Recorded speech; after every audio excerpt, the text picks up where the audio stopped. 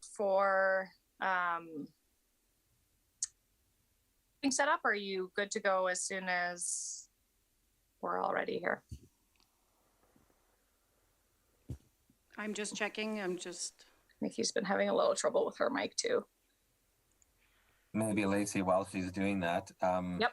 just so everybody is clear, like this will be the board meeting. And so when we come back out of camera, this will be the link, the Zoom one, come back on. When we go in camera, there's a Google link. I think it maybe came from me. So that's the one that we will switch over to for the in-camera pieces. Thank you. Okay, and Daryl, are you near Nikki? Nikki, I don't know if you can hear us or not, or need a minute to start recording, or... We are live now. I see that you're unmuted, but I don't hear anything.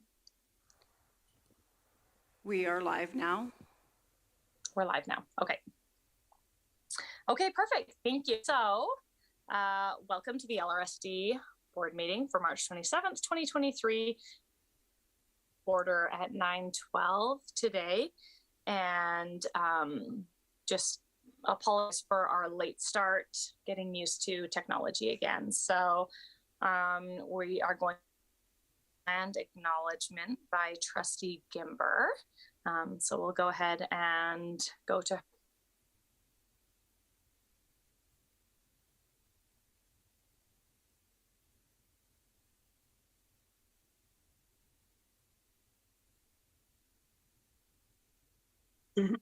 Sorry. Oki, welcome to our division office located on the traditional Sittapi, Pikani, Kainai, and Siksika, the Blackfoot people, within the Treaty Standard region in Alberta. Thank you so much, Trustee Gimber, and the sharing of O Canada. You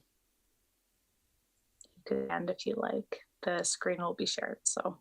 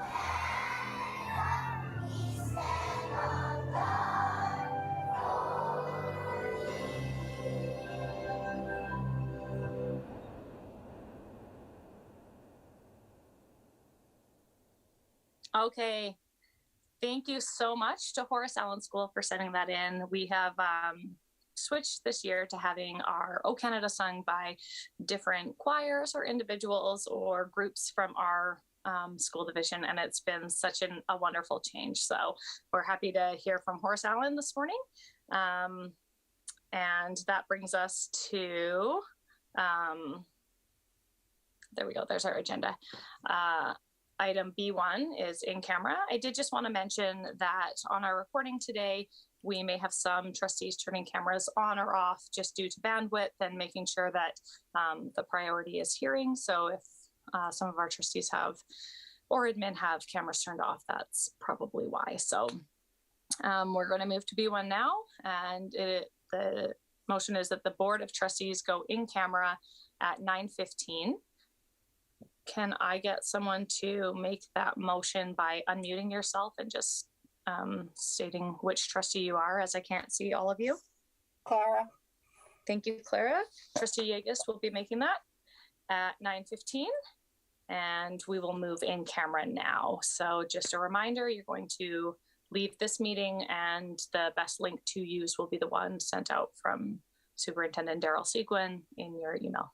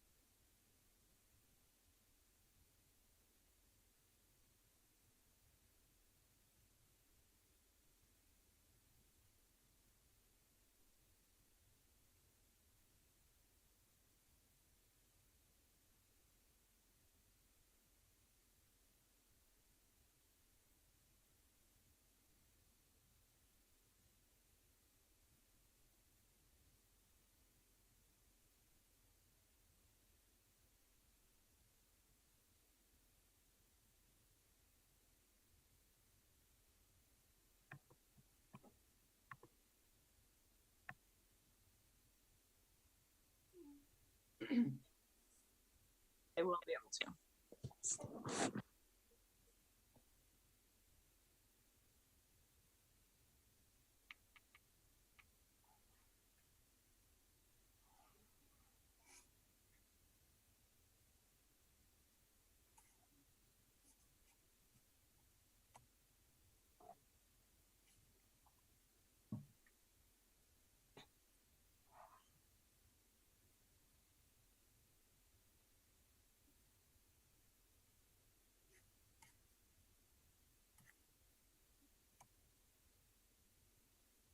You're muted, Lacey. You are fantastic. Thanks, Laurie. So we have a motion to come out of camera from Trustee Hodges at 9:36.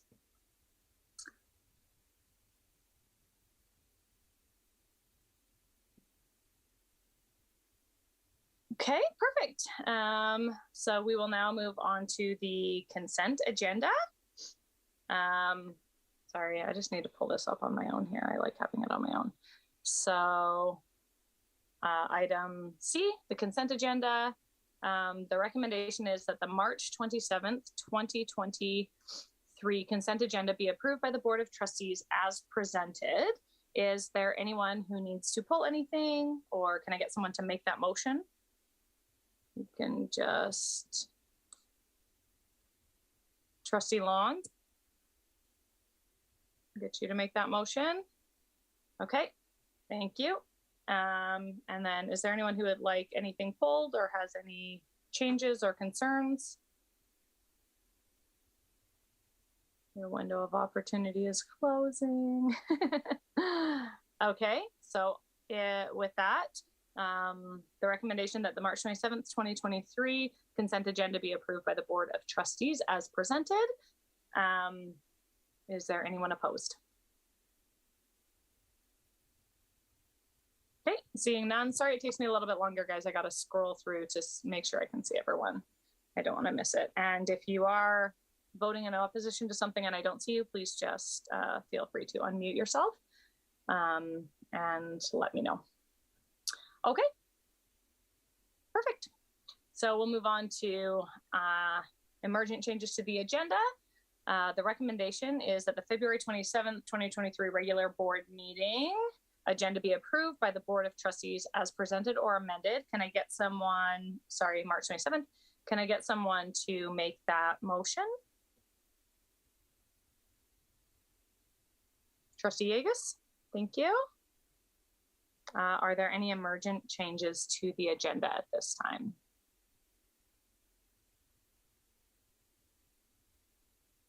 Okay, I'm seeing none. So is there anyone? Okay, so no changes. Oh, there is one. Yes, Sorry. there is one thing. Yeah. Yeah. Trustee Long, did you want to speak to the Teton presentation? Yes, unfortunately, one of the members was unable to make it today. It worked out anyway, fine, because we ended up being online for various reasons. And we'll reschedule them for, is it the 25th? Yes, of they'll be April? joining us at the meeting of the whole, April 25th, I believe. Is it a meeting of the whole or a board meeting? I'm not sure. I Yeah. believe we will have them at the board meeting, right? Is that Yeah. right? April so 25th. Yes, and it's the end of the month, so. Yeah. The 24th. 24th, okay. Yeah, it's the 24th, the morning. Perfect. So yes, thank you, Greg. So that would be the emergent change, is that the Teton group will now come in April. And I do believe we've confirmed that date with them already. So We have. yes, perfect. Thank you so much, Greg. So then, is there anyone opposed to the recommendation that the March 27th, 2023 regular board meeting agenda be approved by the Board of Trustees as amended? Seeing none. Perfect. That is carried. Declaration of conflict of interest. The recommendation that the Board of Trustees declare if they have any conflict of interest relating to agenda items from the March 27th, 2023 board meeting. And if so, should declare them now. Does anyone have any to declare at this time? Seeing none, we will move on to our action items. So we have action item F1, our 10-year facility plan and our 3-year capital plan. Alberta Education's deadline for submissions of the 10-year facility plan and the 3-year capital plan is April 1st, 2023. Daryl Seguin, our superintendent, will discuss the proposed recommendation. And the recommendation will be that the Board of Trustees approve the updated Livingstone Range School Division 10-year facility plan and 3-year capital plan, and that they be submitted to Alberta Education by April 1st, 2023. Can I get someone to make that motion, please? Lori Hodges. Thank you, Trustee Hodges. And with that, I will turn it over to Mr. Seguin to share those. Great, thank you so much. This is exciting for us, as you know. I'm filling in for Jeff Perry, our Associate Superintendent, who is unable to join us today, but I'm excited to share that on March 1st, 2023, Minister LaGrange announced that LRSD's #1 priority, so the Nanton schools, would receive design funding. So right now what we're doing is we're waiting on the letter of approval, which will identify the next steps and initiate a kickoff meeting with Alberta Infrastructure, where we will be provided with more details. What we do know is that design funding allows us to progress with the project design and prepare for construction. It also ensures that the project can be delivered on time and within scope. So some things that design funding could include, and we'll find out more as we meet with Alberta Infrastructure once the letter arrives, but it could include creating a schematic design, completing the final design, and preparing the pre-tender documents. So our hope and our understanding is that in about a year's time from now, March of 2024, the Nanton schools would receive construction funding. And so we can then move ahead and get shovels in the ground. What we've done in the past here is we've held a number of community of Nanton engagement sessions over the years, and some recently as well. We've gathered community feedback on desired programming in the schools, the characteristics of a great school, and we discussed potential partnerships as well. In addition, we've met with the town of Nanton, or with representatives from the town of Nanton, to understand their priorities around community schools. And we're also in the process of initiating a Nanton Schools Advisory Committee, where we'll have more focused conversations on those potential partnerships and the potential decanting spaces and resources within the community that we can access for students if we need to relocate them during the construction phase. And then what we'll do is we'll determine when further community engagements is needed and the timelines to come to, or as we better understand the timelines around the process. But again, that will be after our meeting with Alberta Infrastructure. So that's really exciting. LRSD priority #2 continues to be the Livingstone School. And so if we can get planning dollars, that would allow us to begin that process of engagement with the Livingstone School community around, again, potential programs and partnerships that would be priorities in the school there, and to prepare different scope options.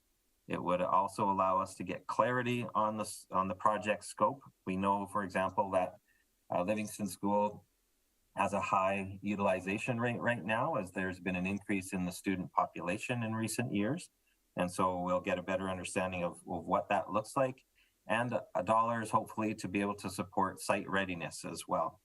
So it's nice to see that that would be progressing also. Our third priority continues to be the Pincher Creek schools, including a modernization of both schools. And so the capital plan would request pre-planning dollars, which would allow us also to be able to start to engage the Pincher Creek community around programming, potential partnerships, and different scope options that could be available in the community of Pincher Creek too. So overall, exciting day to get that announcement finally. We've been waiting a long time up there in the Nanton schools area, and just happy to present this summary to you. I think Jeff in the board package provided kind of a one-page document as well, but I'll just open it up there. I'm not sure I'll do a great job in answering your questions in as much detail as Jeff would do, but I'll certainly try if you have any. Thank you, Superintendent Seguin. It's very exciting that the government has kind of restructured it so that there are different stages to the dollars that we can access. And now we're just learning a little more about that. Is there any questions at this time? Go ahead, Trustee Hodges. Thank you. I don't know if you can answer this or not, Daryl, but I just was wondering, because of the new way that the government has been releasing funds for capital projects, how do we apply for those pre-planning dollars now? Do we have to go through and have our assessments done on the building, send that in, and then start that process? Do you know how that is done? I think it comes as a result of this document, this 10-year capital plan that Jeff would submit. I believe that it outlines in there what we need kind of for each of the projects that we have prioritized. And so in there, I believe, is the request for the different phases or stages so that we can get everything ready proactively. That we also understand really that it's more of a formality, or at least that's what we understand around the construction dollars, that we've already kind of been in the queue here, that we will just proceed through this next step, get everything accomplished and finalized that we need to, and then it's almost like an automatic, I guess, that the project would move to that construction phase. And we also understand that, there's some flexibility in that timeline as well. If we get everything ready early, we would submit that and be hopefully in communication with Alberta Infrastructure to be able to move ahead as quickly as possible. But we know these things take some time. But as far as the pre-planning and the planning dollars go, I think that's just part of the package that Jeff submits, that there's a request for those different stages along with the different projects that the board has identified. Yeah, and I'll just add to that, Daryl, when we spoke with the minister, she made it very clear that you don't have to go through all 4 stages. So we're jumping in at stage 3 with the dollars that we've been granted. But for some smaller communities or smaller divisions that need those dollars to do that pre-planning and that engagement, you can apply for that. But when you submit and they look at it, if you're farther down the road, you don't have to go through all those steps. And they wanted to make that very clear that this isn't just going to delay it because now you have more baby steps along the way. You can jump into the funding at any point along the way. So we'll go to Trustee Yeagus and then Trustee Toon. I don't know if you could answer this, Daryl, but is a plan to start with the Lumbrick project prior to the end of June, or are you going to wait until the fall? My understanding is if we get approved for those pre-planning dollars, then we would meet with the board and talk about when to begin those engagements. But potentially it could be earlier for sure than you meant. Sorry, did you mean the end of June this year or? Yeah, this year. I'm not sure that it would be we have to submit it April 1st, I think it was. I believe it's April 1st, and then it's going to take some time, of course, to work through their processes to provide us approval. I'm not even sure if we would receive the go-ahead or the dollars until the next school year. So I wouldn't anticipate that it would happen prior to June of this year. That's my best guess. Thank you.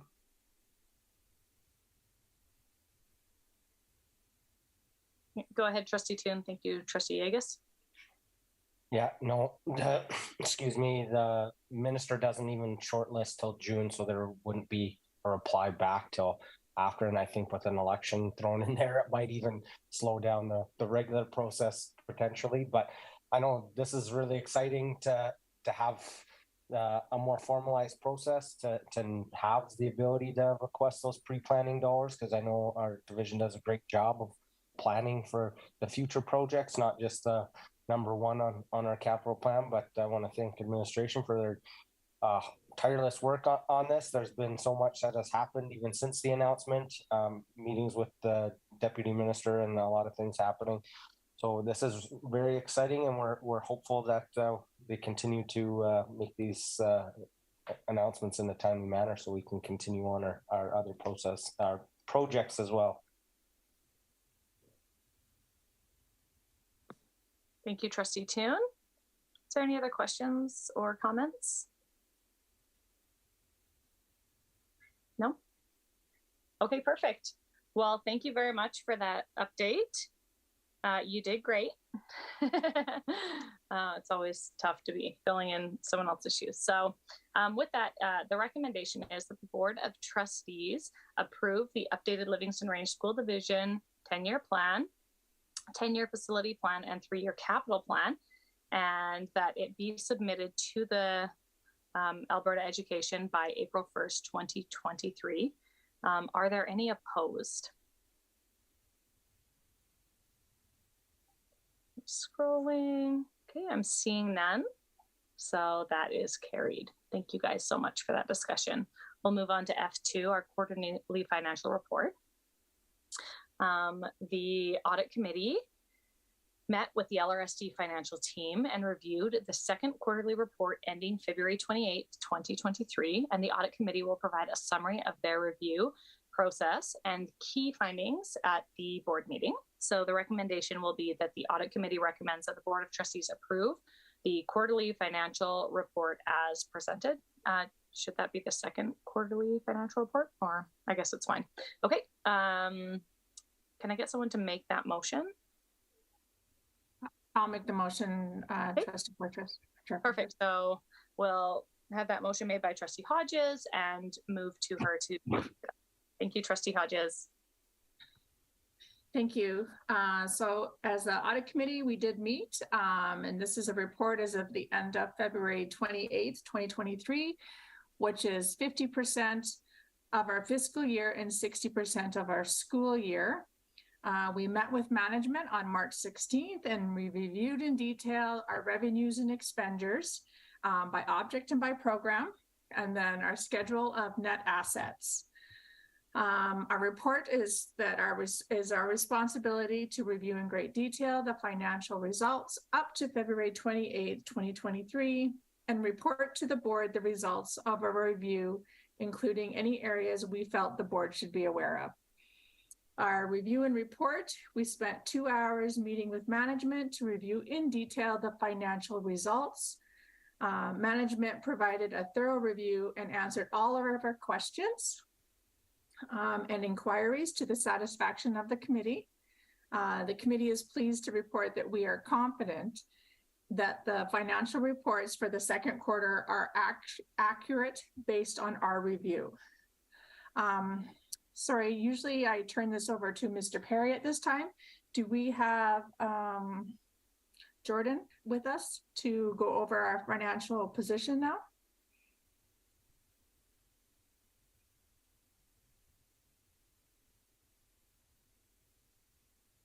Chair Poitras? Sorry, I can't get my camera to turn on here. Okay. There we go. There we go. Okay, thank you. So did we have any questions at this time?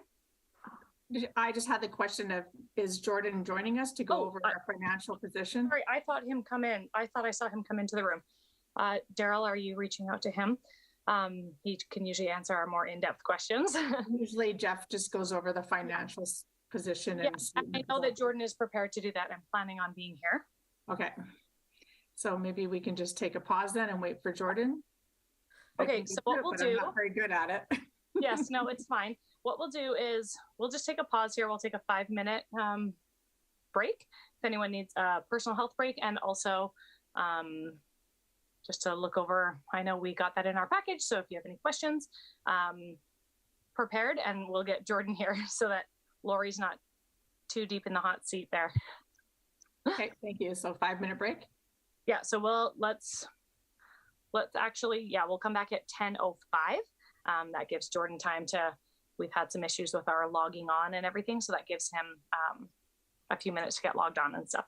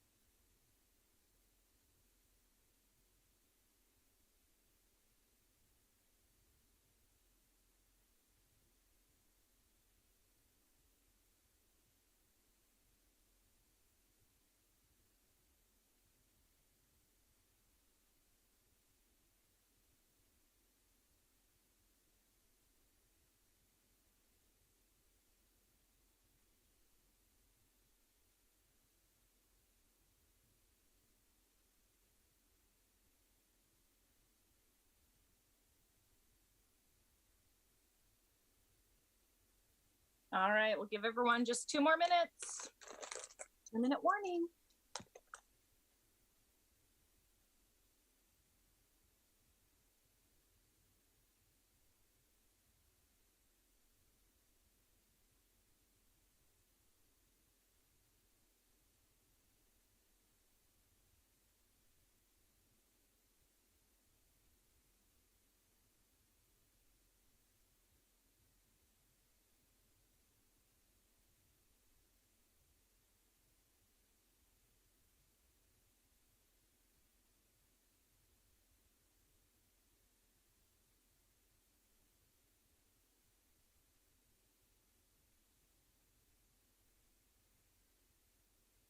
Okay.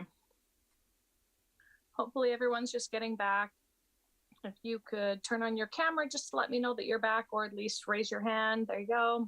I've seen you, Brad. So if you need to turn off again, I know you've got exceptionally special Wi-Fi out there. Carla, I've seen you. Greg, yes. Clara, Chad. Okay. Savvy.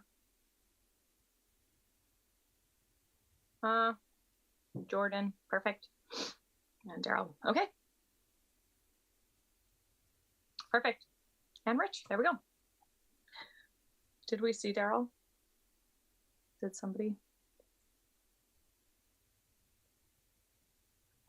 Okay. Okay, so Jordan, thank you so much for joining us. We appreciate you being here.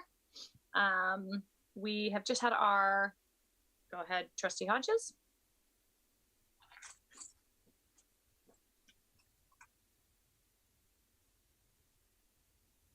Nope.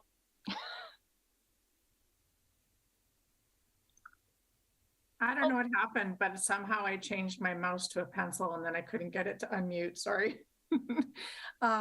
Anyhow, if you wanted, Chair Poitras, I could just kind of lead it a little bit again and then turn it over to Jordan. So whatever you would like.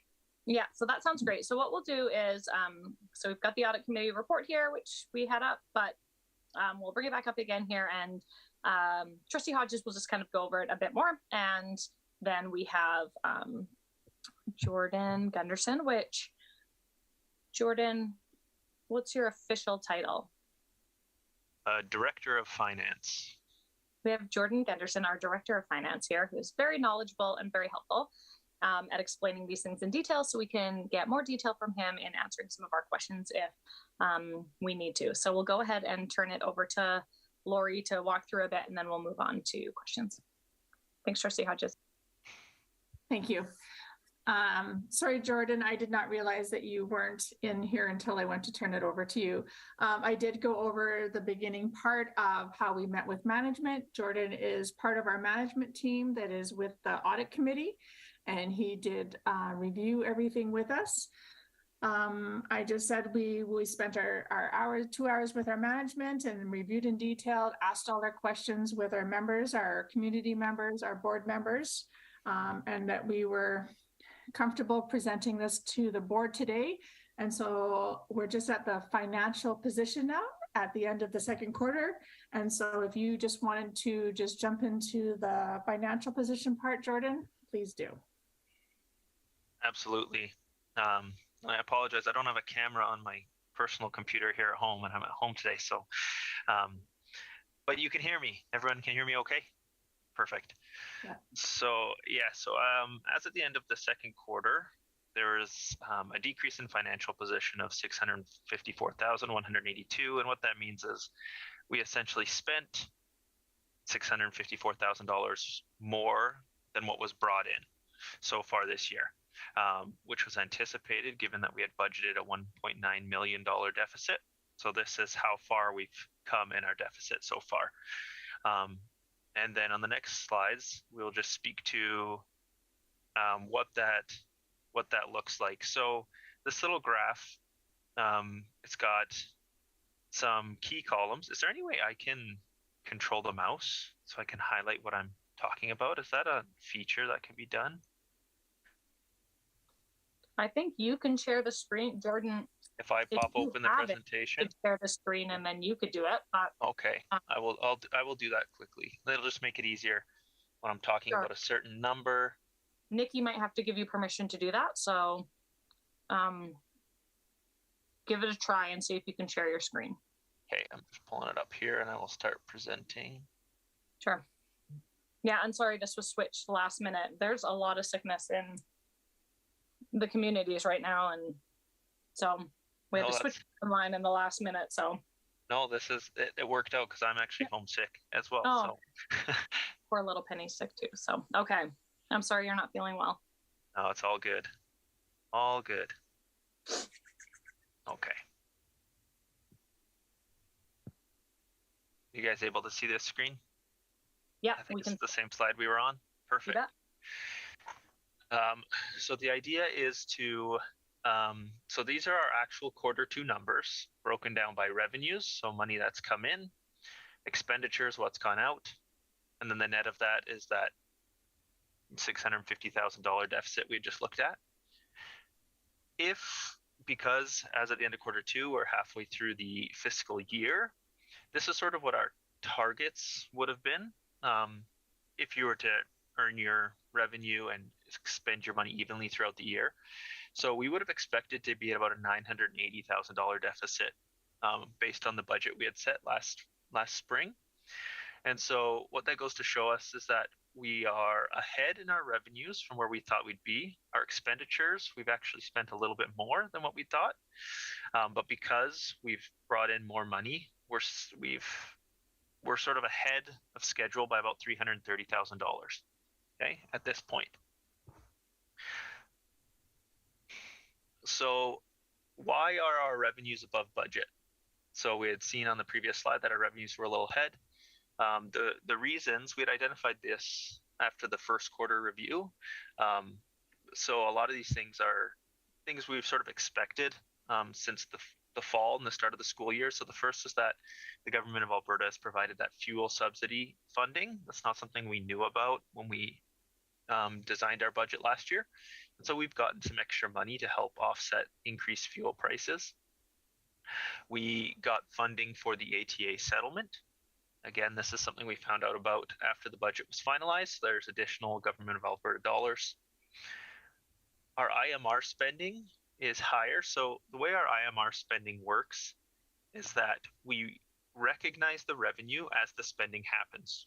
So if we receive dollars and we hold on to them and we record them as revenue as the spending happens. So because our IMR spending is higher than what we had anticipated this year, we're using dollars from previous years that were deferred. It means that our revenue that we're showing is higher than what we'd expected as well. And then a last key point is that interest rates have gone up, as we probably all know. So when we had done the budget, we had anticipated them to stay around the same level that they were a year ago. But things had changed and they've gone up, and we've actually been able to generate quite a bit more interest on the funding we have that hasn't been spent. So a few areas where our revenue is lower, our international enrollment, we're about 65% of what our target was.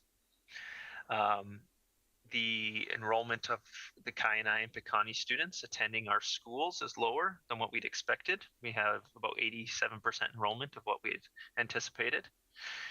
And then lastly, our weighted moving average adjustment. So what this is at the start of the year, we before the school year starts, we have to submit an estimate of what we think our enrollment will be, and the government bases our funding on that. And then after the enrollment has been confirmed, they do an adjustment in March. So we're getting $86,000 less this year than what we had budgeted for. And that's because our actual enrollment ended up being lower than what we had expected. On the expenditure side of things, we've broken up the expenditures into, I like to look at them in two different areas. First being salaries and benefits, because it is our biggest expenditure. So our salaries and benefits, we've spent $20.15 million so far, which is a little bit over half of our budget. Whereas our other operating expenditures, so this would be our supplies, our PD, travel, anything else that's not salaries, we've actually spent less than half of our budget. We're only at 48.5. So we're a little higher on salaries, a little lower on others. So why are salaries higher? One of the biggest reasons is we've had more maternity leaves than what we'd budgeted for. So with maternity leaves for those first, I believe it's 17 weeks, it's the maternity leave portion of the leave, we top up the salaries of our teachers so that they're getting their full salary for those weeks. And then also while teachers are away on maternity leave, we still cover their benefits for them. And so there's an additional cost there. Another reason why our salaries would be sort of over that 50% mark at this point is that we have quite a few staff that are paid over 10 months. So we actually anticipate sort of there to be higher salary costs over the first 10 months of the year. And then overall, we just have more FTE than what was in the final budget. So there's been additional hiring approvals that were passed through based on additional funding we've received and other discretionary decisions. Okay. Our operating expenditures, why are they under sort of that 50% target? So a big one is our FACES and summer school in general. We don't incur any of those expenses until the summer. And so we have a lot of money that's budgeted to be spent in July and August. Our insurance costs are low, and that is because the premiums for the year, they came in lower than what we had expected. So that was just an area where we had budgeted high, and that's going to stay low through the whole year. Another area where we're under is our supply purchases. We're at 42%, whereas we're 60% of the way through the school year. So we would expect our supply purchases to be a bit higher. In meeting with school administrators, I've chatted with them about their supplies. A lot of them were hesitant to spend the dollars. They're lower than they have been in previous years, and so they want to make sure they're spending them on the best things. And so they've been sort of hesitant to spend those dollars. So we've encouraged them to, start spending, make sure we're using this year's dollars for this year's students. And so I do expect that to catch up based on the conversations I've been having with school administrators. All right. So this is our schedule of net assets, which, as most of you, well, as all of you should know, and I'll just do a brief reminder. So at the end of this year, we're required to have, so this number down here is when we take our operating reserves and divide it by our budgeted expenses, we get a percentage. Now we were required by the end of this year to bring this number down to 4.3%. Okay, that's what we have to do. Otherwise, the government was going to withdraw funding in future years. So that's sort of the main reason why we had budgeted such a big deficit. We wanted to make sure we were under that threshold, and we had these other initiatives we wanted to pursue. So as at Q2, we've brought our 6.8%. This is what it was at the start of the year. We've brought it down to 4.75%. So we're a lot closer to that 4.3 target that we need to hit. We had anticipated to already be below that target at this point in the year based on what we had budgeted.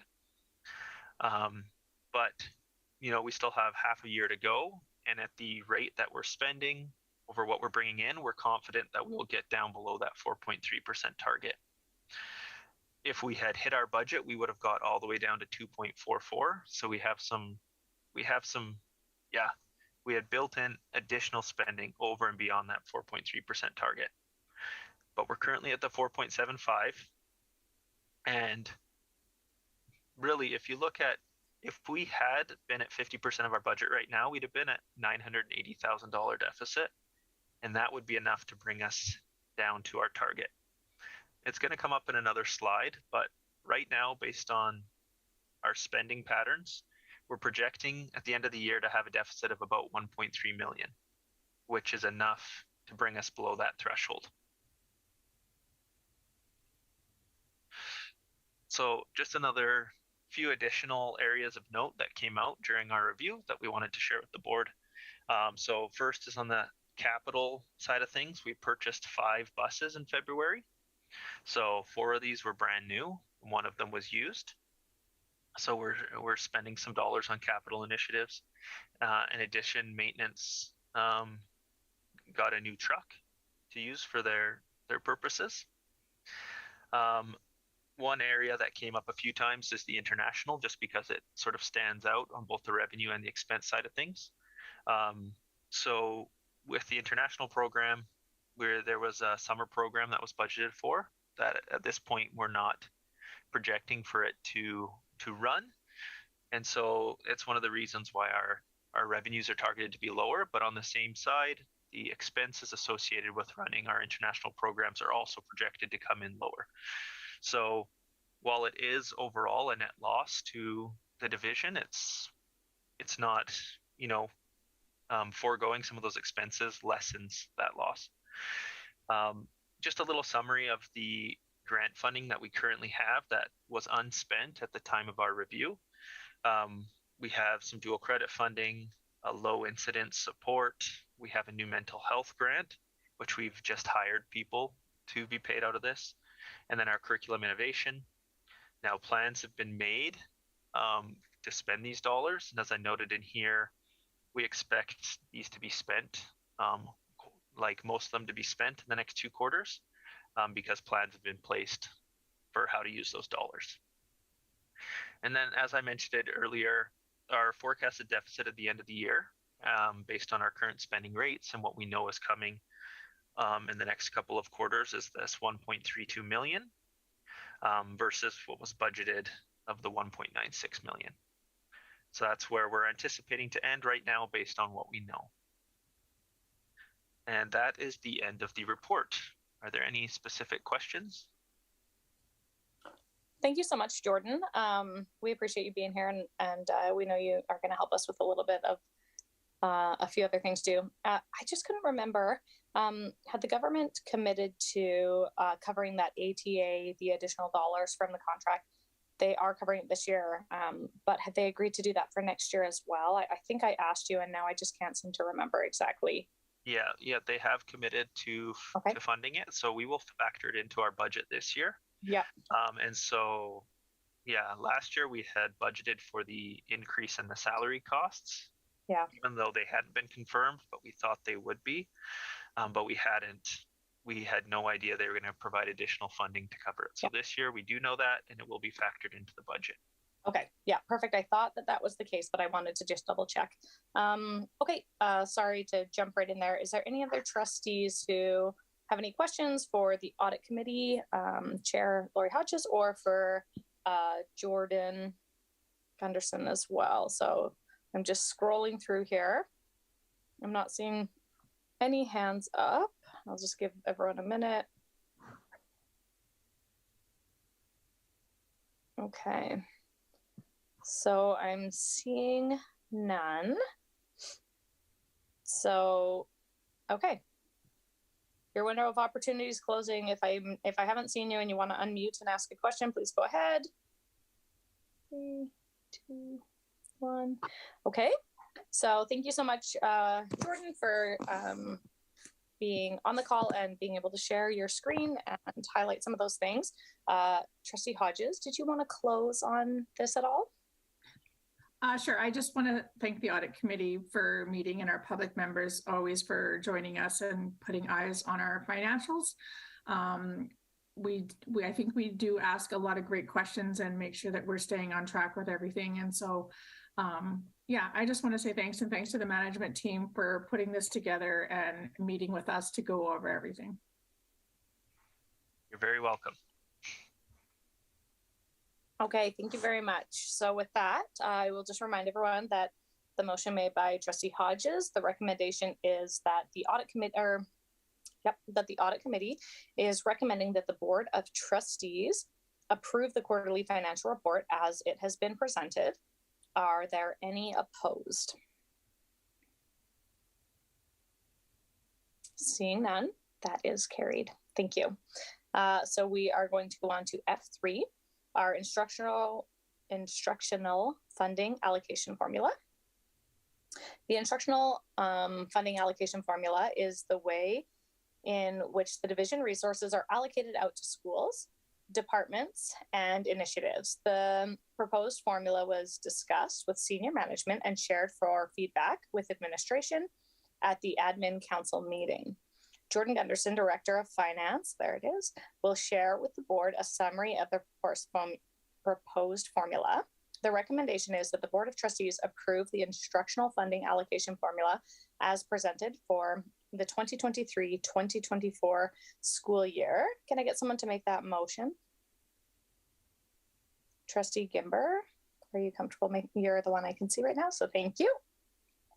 And I'll just turn that over to Superintendent Seguin just to speak to, and then turn it over to Jordan. Daryl, did you want to lead into that a little bit for us? Sure, thank you. I will, and Jordan's certainly here to help support and answer any questions, but I'll just highlight a few things. The instructional funding allocation formula, this is a process that we've had in place for several years now. So you probably are like, oh, I've seen this before, and you have, because it's been in place, I want to say at least 6 or 7, maybe even longer than that. But there are 10 different areas that are outlined in that document that you've had a chance to look over with your package there. And they do outline the process of how we allocate staffing to schools, divisional supports, as well as any dollars that the schools use to operate in their school-based budgets. As mentioned in the preamble, the formula was presented and reviewed by senior management, admin council, so principals, assistant principals, and divisional support personnel as well. And their feedback was considered for sure. Some of the minor changes, I guess, that have occurred were designed or created, altered in this document to create some clarity to our current practice. And so, for example, we removed the reference to speech assistants and have now changed that to educational assistants. We don't have a specific role in speech assistants anymore. Our educational assistants might do speech as part of their job duties, but we just clarified that. So replacing educational assistants for the speech assistants. English as a second language allocation was changed to include that resources could be allocated as an FTE or staffing or supplies versus just supplies. And that better reflects what is happening in our schools and addresses the needs at the school level more comprehensively. The international school allocation is still contingent upon the number of actual international students that come to the division and attend our schools. And we allocate those resources back out, usually in staffing, could be some resources or for some supplies, but as schools have other needs identified, they can come and have a conversation mostly with our Assistant Superintendent, Richard Feller, around some additional staffing requests, and then we come back and check to see that we have the resources and allocate those out as needed. All of the other areas on there have not had changes to them, so they stay the same as the past.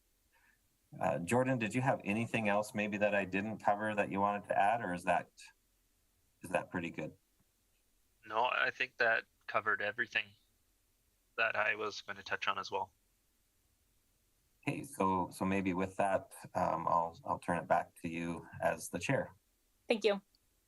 Thank you so much for that update. It's a lot, but it's so great to have the reports and everything before that we can look over to get a more fulsome understanding. Are there any questions that the trustees have at this time for either our superintendent or for Mr. Gunderson? Okay, I am seeing none. So with that, we'll just go back to the question here. The recommendation is that the Board of Trustees approve the instructional funding allocation formula as presented for the 2023-2024 school year. Is there anyone opposed to that?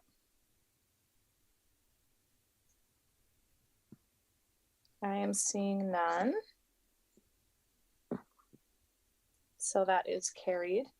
And with that, I believe that we can excuse Mr. Gunderson. Thank you for coming and joining us. We're sorry you're feeling under the weather, but we hope you feel better soon. And have a good rest of your day. Thank you very much. Take care. You too. Okay, we're going to move on to Jordan's principal. F4 here. Richard Feller, our Associate Superintendent of Human and Learning Services, will provide information regarding Jordan's principal funding. And the recommendation will be that the Board of Trustees approve the setting up of the contributing agreement for the recipient of Jordan principal funding from the First Nations and Inuit Health Branch. The length of the agreement will be for 2 years, starting April 1st, 2023 and ending March 31st of 2025. The signing authority to receive approved funding through the agreement would be Lacey Poitras, the board chair, Jeff Perry, secretary treasurer, and our address is listed there. And the type of organization that the board would like to identify as for the agreement is not-for-profit incorporated. Lacey Poitras, board chair, Greg Long, vice chair, Lori Hodges, trustee, Brad Toon, trustee, Claire Egas, trustee, and Carla Gimber, trustee. Can I get someone to make this motion? Trustee Yegas, thank you so much. And we will turn it over to our Associate Superintendent, Richard Feller, to share a little more in detail with us. Thank you for that. I'm excited to be able to present some of the information to share with you today. I really want to acknowledge first the work that Lisa Furukawa and Joel Gamache have done in accessing some of the supports that we've been getting for some of our schools regarding the funding through Jordan's Principle. For those of you who might not know, Jordan's Principle came into effect after the tragic story of Jordan River Anderson, a young boy from Norway House Cree Nation in Manitoba. Jordan was born with complex medical needs and was receiving special treatment in a Winnipeg hospital for over 2 years. After the doctors had cleared him to return to his reserve, disputes over which level of government would pay for the in-home care, whether it was going to be federal or provincial, meant that Jordan had to spend 2 more years in Winnipeg and unfortunately passed away in 2005 at the age of 5 in the hospital.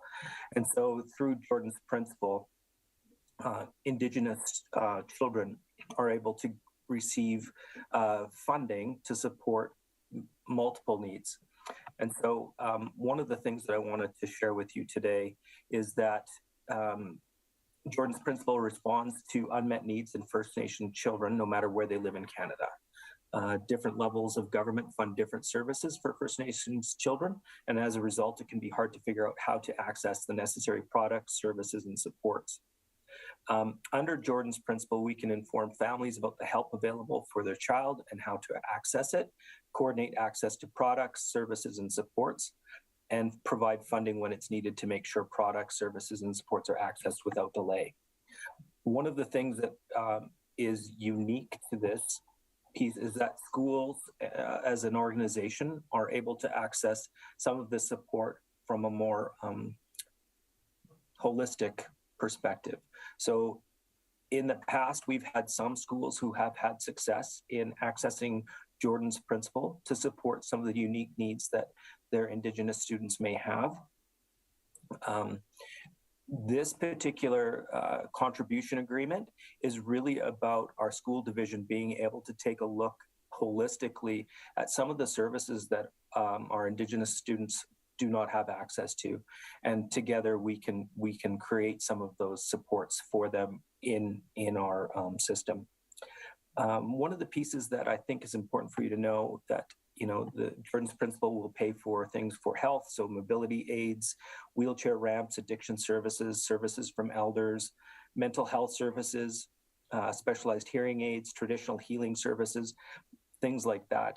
They can also provide support for social workers, land-based activities, personal support workers, specialized summer camps, things that we are really trying to access for our students already. Education, they can support school supplies, tutoring service, teaching assistance, specialized school transportation, psychoeducational assessments, and assistive technologies and electronics. So as an organization, we realize that the opportunity we have to support our Indigenous students is there, and because of Jordan's principle and that commitment that we would have in creating this this contribution agreement, we'll be able to better serve our students. So I'd ask you to consider that.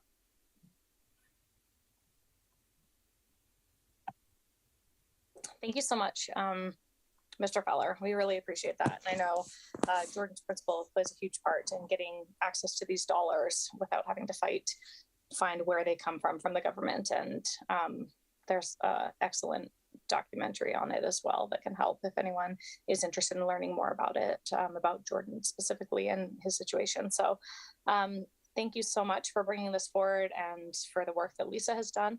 I want to open it up if any trustees have questions about what exactly this looks like, or any of the details that Mr. Feller has spoken to that they need some clarity on. Go ahead, Trustee Hodges. Thank you. I feel like this is amazing for us to get in our school division.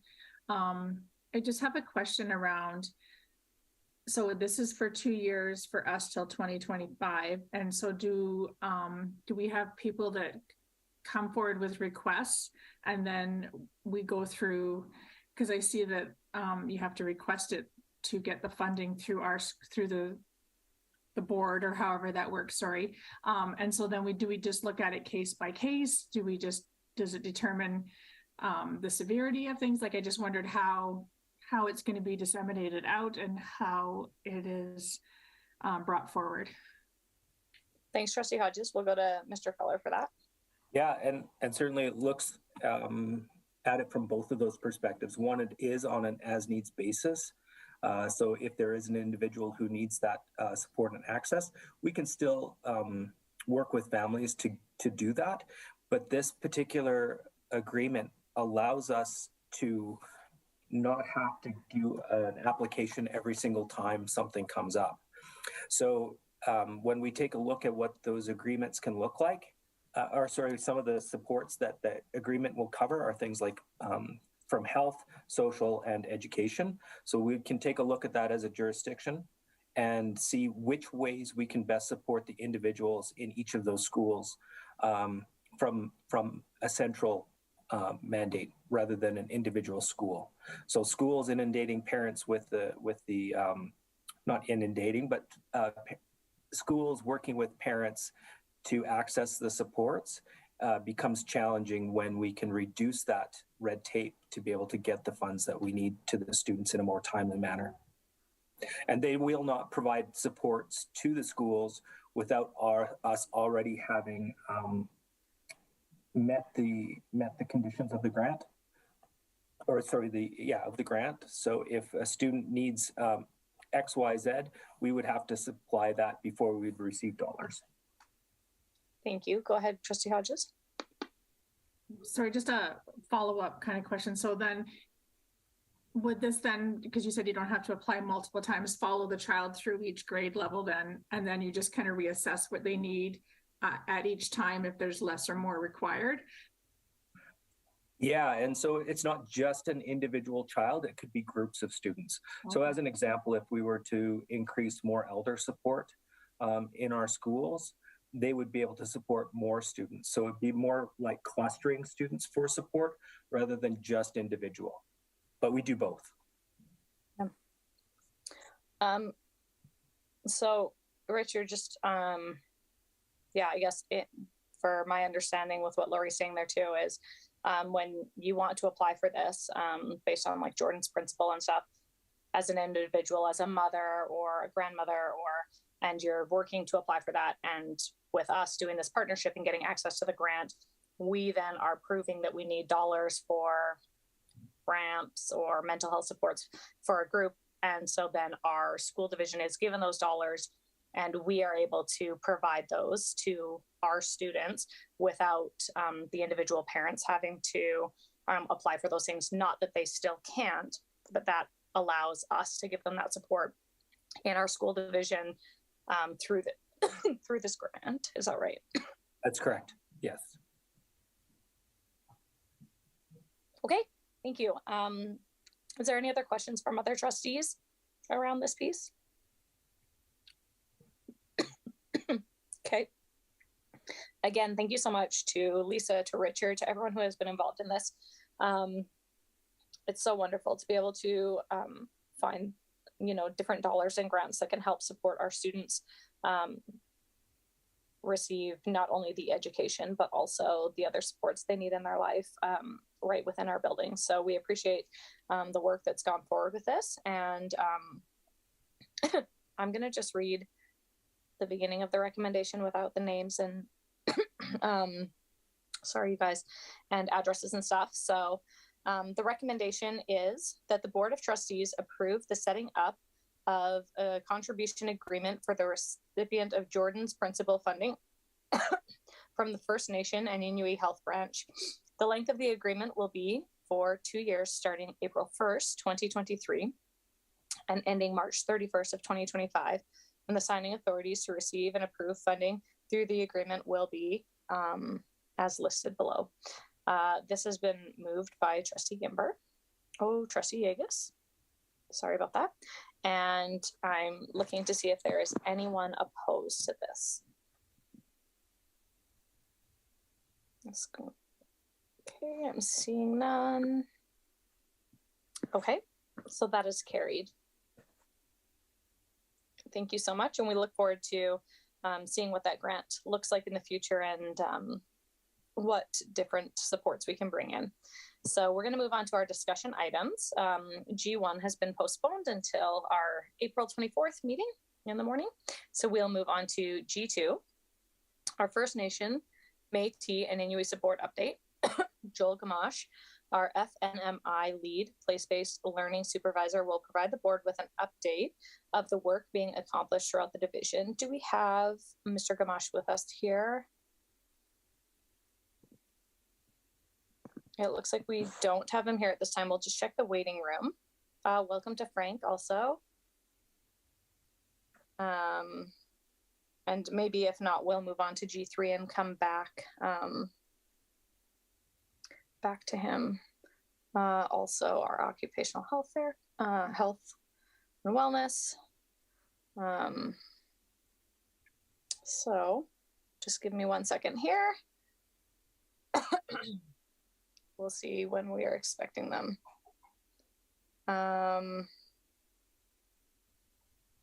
Mr. Seguin, do you know what time we're expecting both of them? Would you like to move to our, maybe reach out to both of them and then move to our by-election conversation and then come back? Yeah, we can definitely, Nikki is tracking them down. Okay. And so if you wanted to, we could move to G4 and then come back when they arrive with Nikki. Okay, so with that being said, I would move that we suspend the regular motion or the regular order and move to go to item G4 out of turn due to the fact that we need to welcome in both of our presenters. Is there anyone opposed to that at this time? Okay, seeing none, then we will move to information item G4, and it is in regards to the by-election. In response to the January 23rd, 2023 board motion number 22-134, Trustee Toon moved that the board directs the administration to investigate holding a by-election to fill the trustee vacancy in conjunction with the upcoming provincial election in the spring, end quote. An update will be provided by the superintendent, Daryl Seguin, with information that has been inquired up to date. So we'll turn it over to you, Mr. Seguin, for that update.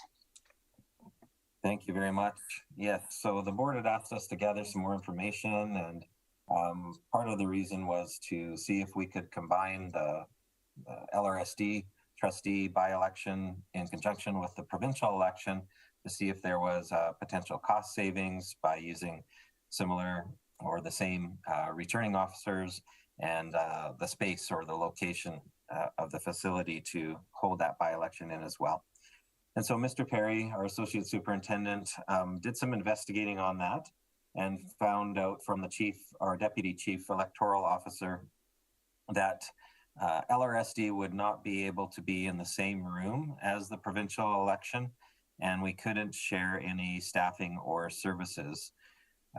The division, it could be possible that the division could rent another room in the same facility, but when Jeff looked into that a little bit further, about facilities that have been used in the past for the provincial election, he found that only half of them would be able to potentially accommodate us in that same building, and the other half would not.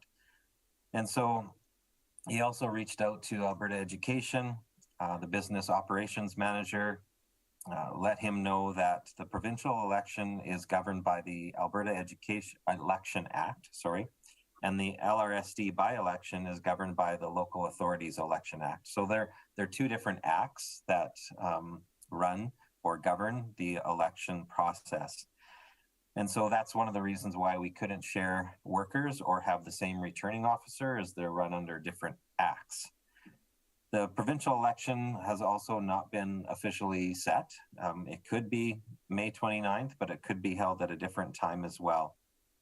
If LRSD has a date that was already chosen, say it was May 29th that was identified, and then the provincial election is set for a different date, LRSD doesn't have the flexibility to just change that to match it. And so that's another factor to consider.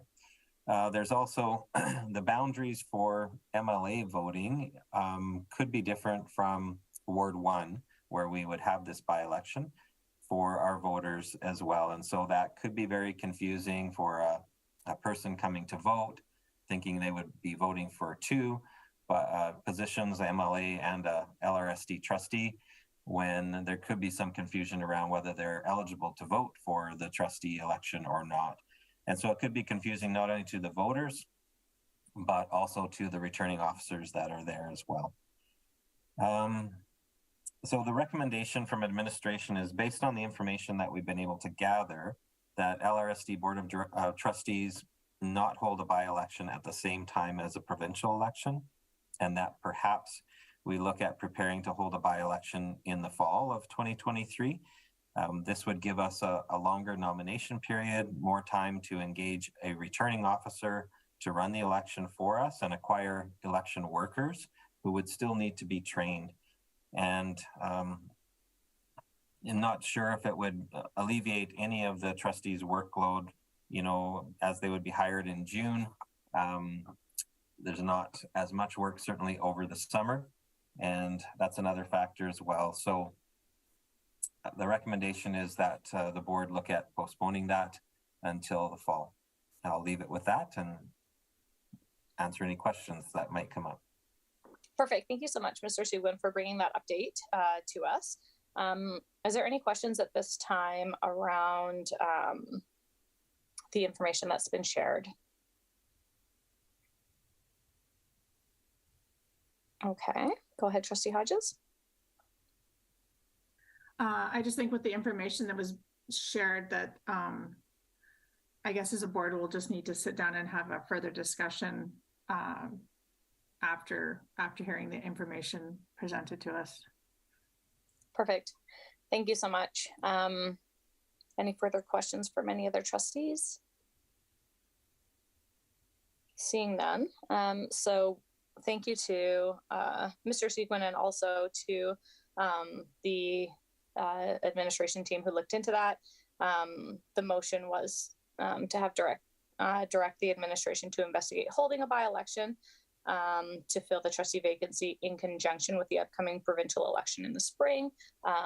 The information you shared has completed that motion, and the trustees now have that information that they can use to go forward and make a decision on what to do with the election in the future. So we will look forward to having a more fulsome discussion about that in our upcoming meeting, and announcing what the board has decided and how to move forward with that. So thank you for sharing that information.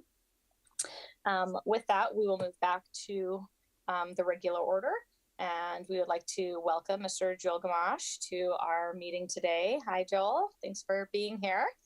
And we'll move back up to G2, which is our First Nation, Métis, and Inuit support.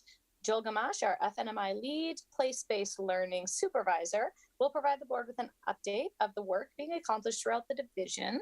And so we'll turn that over to you, and we'll just save questions to the end if we have any questions. So thanks for being here, Joel. Great, thank you. Thanks for having me. You can hear me okay? Wonderful. It might be helpful if I share my screen so that I'll have some photos and things too. Yeah, you should have the ability to do that. Yeah, let's do that.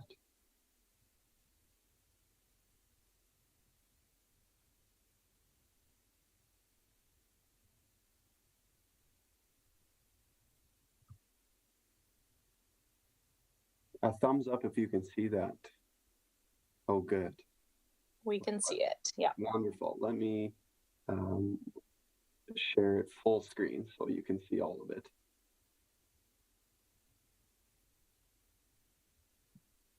There we go. All right. Well, thank you very much for having me. Tansei and Oki, those are the Michif hello, a greeting in Michif, and a greeting in Blackfoot. And so with that, I'd like to begin by saying Tansei Kiawao, Joel Dishinakashan, Ruzanwe Zude Tanau Dishinakashan, Okatok Nuiken Manatua Piota Tan, Laurier Riviere Ruse, Michif. Me papa Darren Gamache, me mama, it's Sherry Lambert, Shikashun. Mes parenti carrière Dion Rivière, Béranger, Beauchemin, Ducharme, Parisienne, La France, La Rivière, Rue Saint-Zéce, Savoir di Berthollet, Nichite Amana, Ma Chifiwian, Megwicho, Porcupine Hills, Pula Menacin, Sawakotwin, Kachi Marcia, Pictiukeo, Half-Breed Flats, Kachi Megwich, a Paranti, a Nitsitipi, a Treaty 7. Ma Paranti o Kokan Wapamanan, Oto Kiawa, Tamandalatab. What I said there was a greeting in Michif, the language of the Métis people, a language that is familiar to this area here in Fort Macleod. And I recognized and acknowledged the Nitsitepi, the Blackfoot people, and Treaty 7, the area around us. I also recognized and encouraged us to visit a place that's really close here. We could walk to it, the Half-Breed Flats, which I'm not sure I appreciate the name Half-Breed Flats, but it is a settling grounds for the Métis people, which is just inside the Wildland Park across the Green Bridge. So it's walking distance from here. And it's very significant to my people. I also reassured, would be the way to translate that, reassured my ancestors that I'm here today to advocate on behalf of the Michif people and Indigenous people. And the words that I said was, we are at the table once again.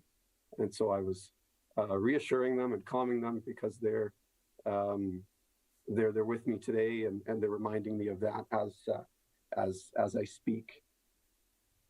And I acknowledge the land in this way because it's really important to me to also recognize the Michif people as the Métis people, particularly the Half-Breed Flats here in Fort Macleod, that were an area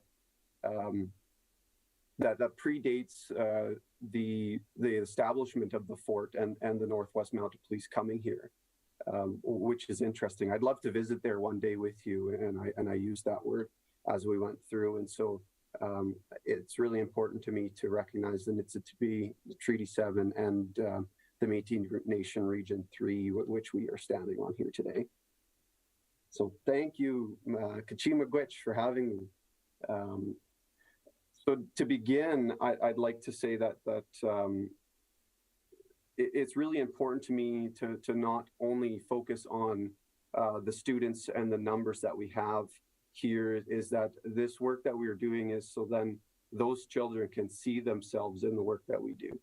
I hope we don't necessarily fixate on the numbers of students that we have identifying as First Nations, Métis, or Inuit being on reserve or off reserve. And it's a part of our reconciliation journey. So we have about 351 self-identifying Indigenous students in our division. 128 of them are First Nations living on reserve, 15 non-status living on reserve, 153 who are status living off reservation, 30 non-status off reservation, and 25 Métis who are living within our communities. It's important to me also to recognize that the numbers within our divisional data do not necessarily reflect truly the number of students who are Indigenous within our records, because this is self-identifying, who choose to self-identify within our status. And so, as I've been working throughout the division, meeting with teachers and in their classrooms, it's happening more and more frequently where children come to me and say, "Hey, I'm Métis, I'm a Chief, and I want to learn more." And as I spend some time with them, I'm finding that they're not necessarily identified within our data.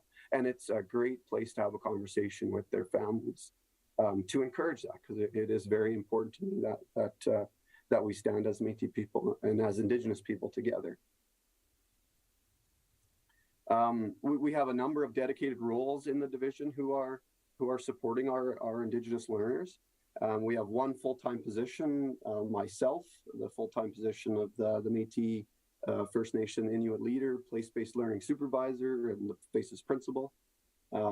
We have one full-time success coach. We have a full-time equivalency of EAs and a grad coach that work through, and so they're serving half-time. A 0.25 success coach who is a certified teacher, and 2 FTEs split between 4 schools, so a 0.5 teacher to each of them, and those FTEs being dedicated to our schools with the highest demographics of Indigenous learners, and then a 0.25 FTE for an admin assistant. We also have 2 elder in residence who are recurring with us on a weekly basis, and then 2 who are dedicated on request, who we return to quite frequently, who are getting to know our schools, which is great. And then we have a number of others who return on honorarium or by invitationals. Our number of schools and our locations I've broken down here with the numbers, and so I won't necessarily go through them individually. Some that are worth highlighting are areas here in Fort Macleod, seeing our higher demographics, and then in Pincher Creek, as well as making note of our outreach schools like Gateway and Crossroads with their numbers. Our virtual school houses 4 full-time Indigenous learners, but it's serving 60 part-time Indigenous learners. So they're joining in for 1 or more classes. 21 of these students are on K&E-based programs, which calculates roughly to about 12% of our Indigenous learners on K&E programming.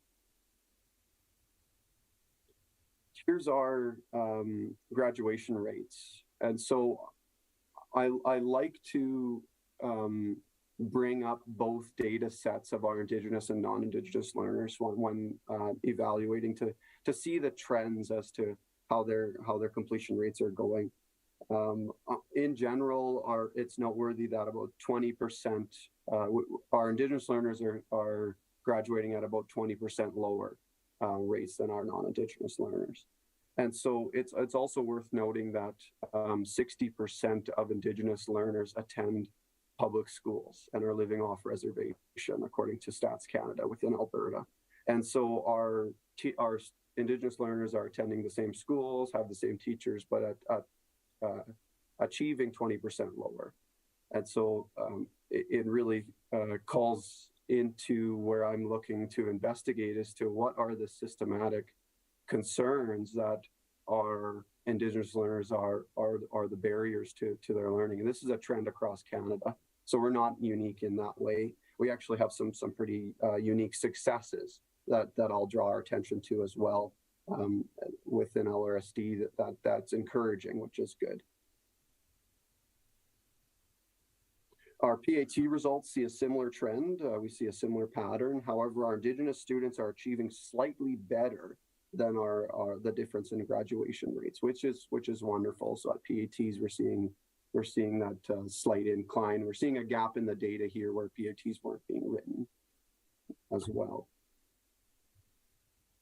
Our diploma exams are a similar trend to our PAT exams, which is encouraging. We're seeing a similar completion rate to our PATs and diplomas, but it seems interesting when we compare our non-Indigenous and our Indigenous learners within PAT and diploma, if they're achieving a similar rate to our non-Indigenous learners, but there's a large discrepancy in our completion rate, then it's not necessarily PATs and diplomas that are one of the barriers to their completion. We're seeing typically within our diploma exams a drop off before exam completion. So this is completion rates by students who have completed the exam, who have enrolled in it, not necessarily for those who are all eligible to be enrolled in diploma exam courses.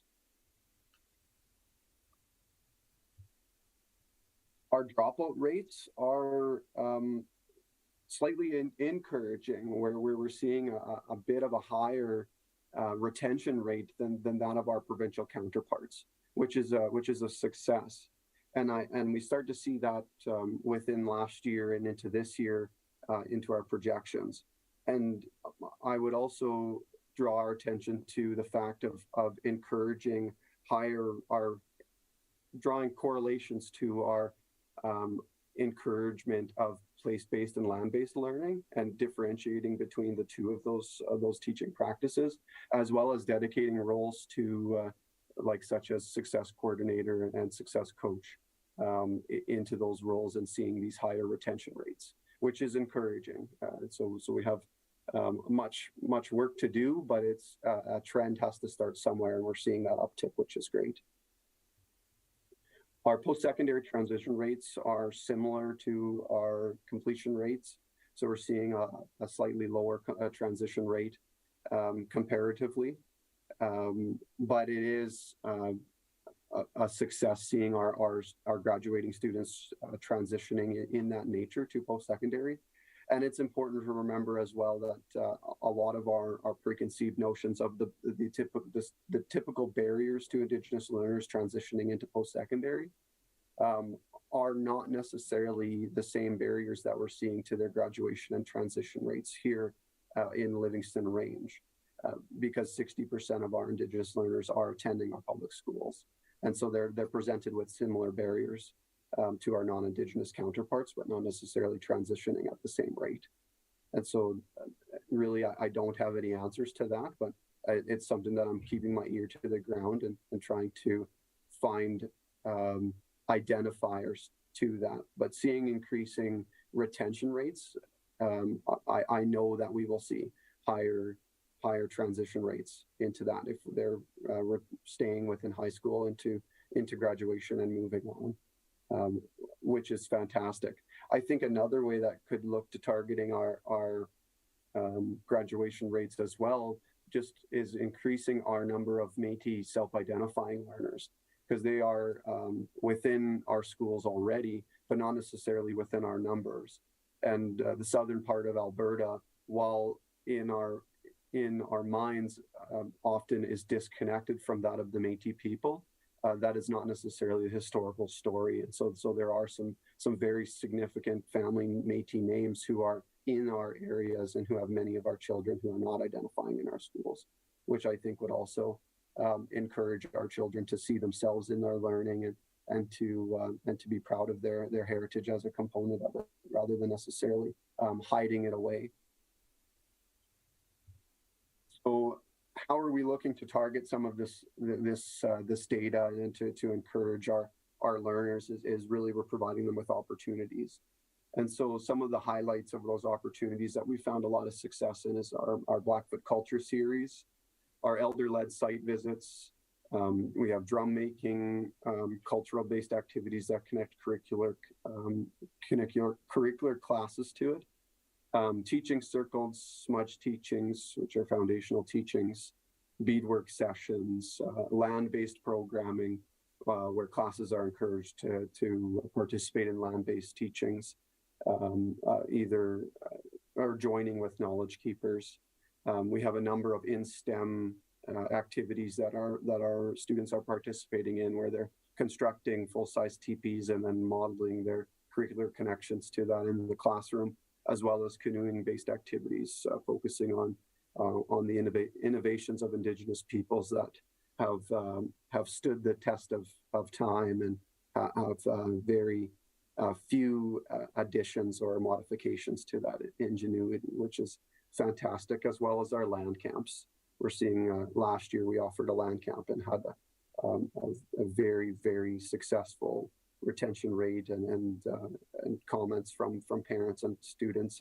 And still today, when I go to visit schools, if I happen to see a child who participated in that land camp with us, they're quick to come up and say hello and remind me of that experience, which is very encouraging. Some other opportunities that we're providing, not just for our students, but for our staff, our PD opportunities for our teachers, modeled around collaboration and connection, and then modeling of those practices. So typically what that would look like would be myself joining or having a knowledge keeper or elder joining to model that approach to education. So based on collaboration and leading with the curricular connections. Visiting and engaging in traditional practices around fur trade, dancing, drumming, singing, oral histories, origin stories, and much, much more. Lead teachers and their working committee as well. We met 3 times this year, where a delegate from every school comes together and working on professional development and how we can move our reconciliation work forward. Our next meeting is the 29th, so this coming Wednesday. Hopefully our roads are a little nicer than they were today. As well as we're working divisionally to support authentic and personalized land acknowledgements, similar to the one that I modeled this morning, some that were connected to us personally. We're also supporting some work within Jordan's Principles application. So those are federal-based funds to supporting our Indigenous learners, where I'm supporting with those applications on a limited scale at this moment. Some of our plans moving forward are to continue to build community and relationship. This work is truly, and I believe, relational work, not transactional work. And so that work of building community and relationship will never be done or will never be complete. It's something we'll continue to work at. Including more of our Métis members and perspectives in our divisional work is something that I plan to do moving forward. And I do that within myself and inviting our elders and knowledge keepers from a Michif perspective as well into our conversations, which is very important to me and my ancestors. Gather information by meeting with schools and then learning support teams specifically is something that I've been doing and plan to continue to do, meeting with them on a local basis. We'll plan to continue targeting land-based approaches to fostering foundational knowledge. I find that it creates more authentic connection to the land and to the history and to the people by doing that in an outdoor lens, which is differencing from often we're using place-based and land-based interchangeably, but there are subtle differences that are significant to the educational approach. And so engaging in land-based learning is very much important to me. We offer PD sessions as well as in-class consultations for our teachers. I plan to continue to liaison with community partners, such as the First Nations Health Consortium, Jordan's Principle, Igakimo for Children, Lethbridge and Pincher Creek Métis Locals, the Métis Region 3 office in Calgary, the Lethbridge Community Health Authority, Actua, who's an organization based out of Ottawa, who supports a large component of our land-based learning initiatives, the Rupert's Land Institute, TransAlta, as well as our Southwest Consortium for community engagement and grant writers, which has been an absolute wonderful partnership. And to continue investigating further grant opportunities is a plan moving forward that I have for us. A big success with a partnership with TransAlta was engaged with Sherry Terpstra at FP Walsh, who TransAlta has provided us with a full smaller scale teepee to be raised and used as teachings within the school. So rather than using the 21-foot teepee, we have one that can be used inside the building as a sharing space, which is absolutely wonderful, and that partnership is much encouraged. Some recommendations that I have within the work, and I recognize that I haven't necessarily been within this role for very long, only a short few months. But there are some that stand out that I can see within conversations with other divisions and looking systematically throughout our division is adding supports to addressing the barriers to accessing support such as Jordan's principle, creating some consistency within our cultural-based programming, such as a cultural advisor, and someone who can support that work on a divisional level, enhancing our land-based opportunities, seeking recurring and sustainable supports for programming, so separate than grant-based programming, which are on short term. Model our elder and knowledge keeper holder protocols with staff at all levels is something that's very, very important. I think that, like I mentioned, this work is relational, not transactional. And so the work to fostering that foundational knowledge within our staff is best modeled.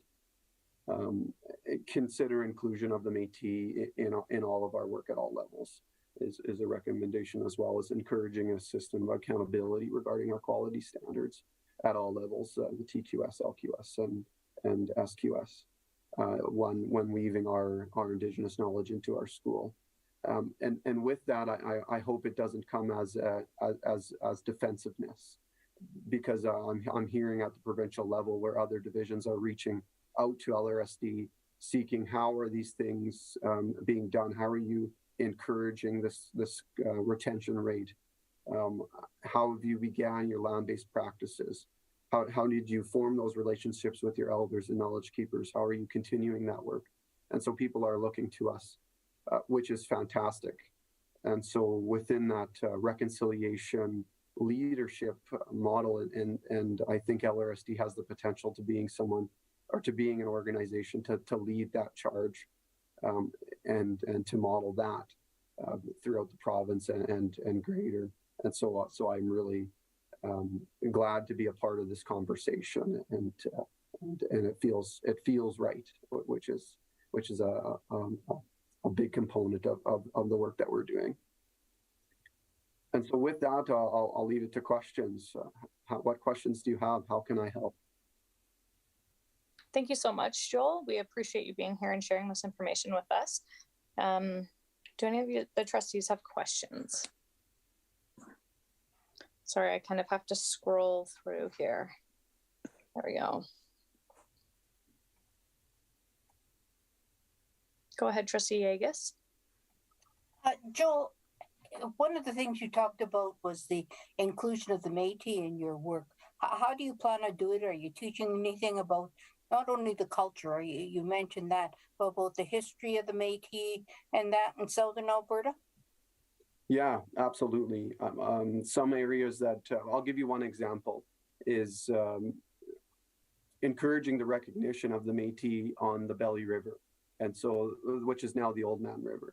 But there are many significant family Métis names who have kinship connections to the Blackfoot and to others, and encouraging that history and recognizing it and celebrating it, I think is a really big component. So including the Michif language in land acknowledgements and recognizing that, and drawing attention to some of the wintering grounds that our Métis people had used, such as the Half-Breed Flats.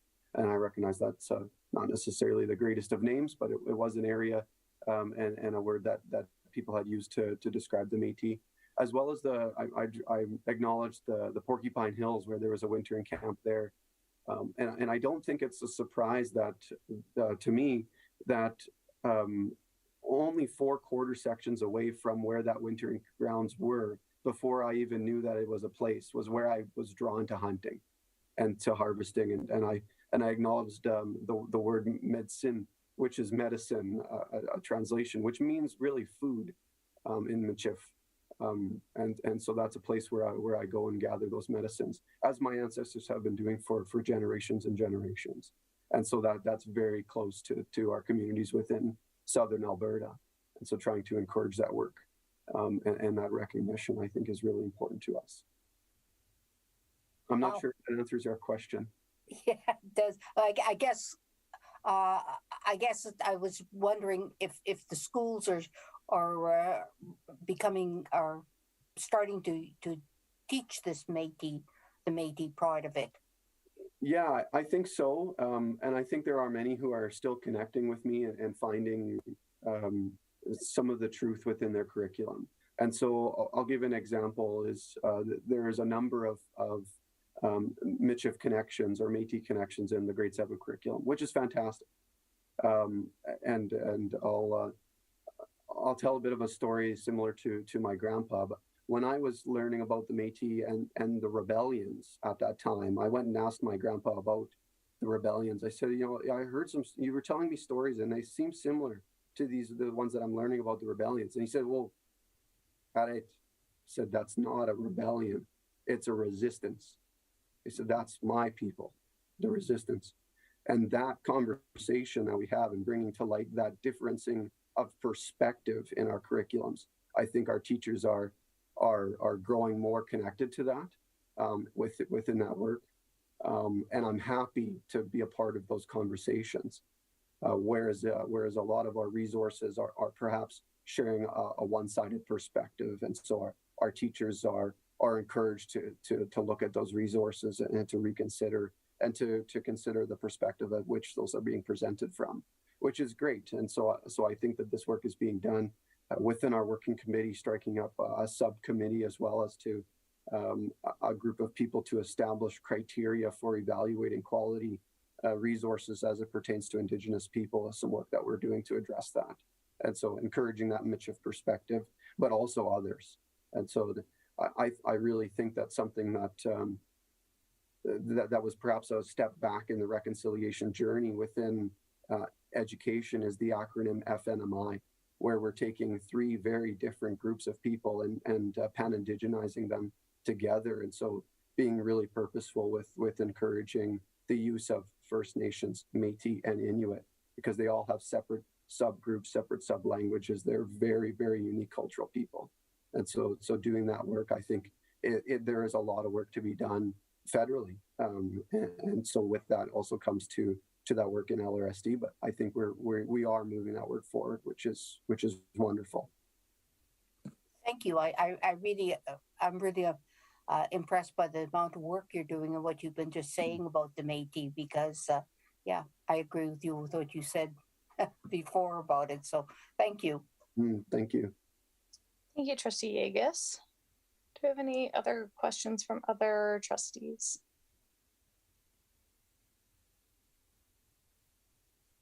Okay, I'm seeing none. So yeah, we want to thank you. We know that this is a newer role for you and we appreciate the time and effort that you're putting into it. And there's a lot to do. There's a long way to go and we've come a long way. But we look forward to hearing more about the progress that we're making, different programming, different supports, and, ironing out some of the, details that maybe areas we can do better at, and especially as a board that we can support in moving forward. So we look forward to hearing from you again, but also working with you on supporting some of these initiatives. So thank you for making the time to be here, and we appreciate it. I don't know if everyone will unmute. They don't need to, but I'll clap for all the board. We really appreciate you being here. And Hi. Joel, my daughter is in school over here, and she came home the other day and said, my good friend Joel brought in a beaver today. I got to hold a beaver. I said, "Oh, your good friend Joel." She said, "Oh yeah, we're good friends We're now." good And I friends. got to hold a frozen beaver, and she was telling me all about it. So she Yeah, loved learning about all of it. that was a wonderful land-based practice. So we brought in a beaver that had been harvested and spoke about the connections to the fur trade. And she was just very, very engaged, which is not surprised. And so Yes, it was loads of absolute loads of fun. She would be able to point you to the half-breed flats as well. she certainly did, and she talked Yeah. a lot about the Métis people and the Oh, uses very of the beaver and everything. So she found it very engaging, and you know, even things like that. I don't think that I knew what Métis was when I was 9. So Well, seeing great. those strides in those generations. So thank you so much for coming and for all that you're doing. Yes, thank you very much. I saw one more hand pop up, but I'm perhaps a mistake. I thought it was Carla clapping. Did someone else have their hand up? It's Carla clapping for you. She's joining me and clapping for you. So Thank you. thank you so much for your presentation. Yes, Kachi Mercy, everybody. That means many thanks. In Michif, we don't really have a word for goodbye. We just have see you later. Goodbye is much too final. So with that, I'll see everybody later. Thank you very much. Thanks, Joel. Okay, that was wonderful. And with that, I'm just checking the room. Do we have Laura with us? Yeah, oh, look, we've got more pages now. Okay, scrolling along here. Okay, thank you. So we will move on to G3, our occupational health and safety. So we'd like to welcome Laura Stalker, our health and safety coordinator, and she will provide the board with a health and safety update for the division. Welcome. Thank you for being here. We can see you. Yes, we can hear you too. Perfect. So I'm going to mute myself just so there's no echo, but we'll turn it over to you. Okay. I made a small presentation, so I will hopefully try to share that.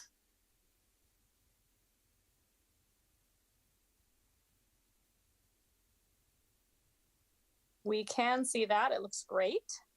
Okay. Still working there? Absolutely. Okay, awesome. So just move along here. So I know that there's some new members that weren't here last year, so I wanted to introduce myself. So I am the health and safety coordinator for both Livingstone Range and Westwind School divisions. So I'm shared 50-50. In September of this year, I took over managing the custodians here for Livingstone Range as well, which has been a big learning experience, but we're getting through that.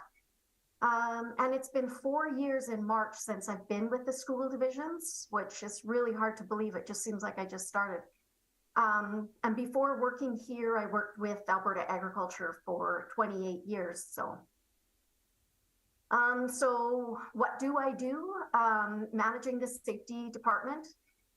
So I review all of the incident reports from staff or students, members of the public.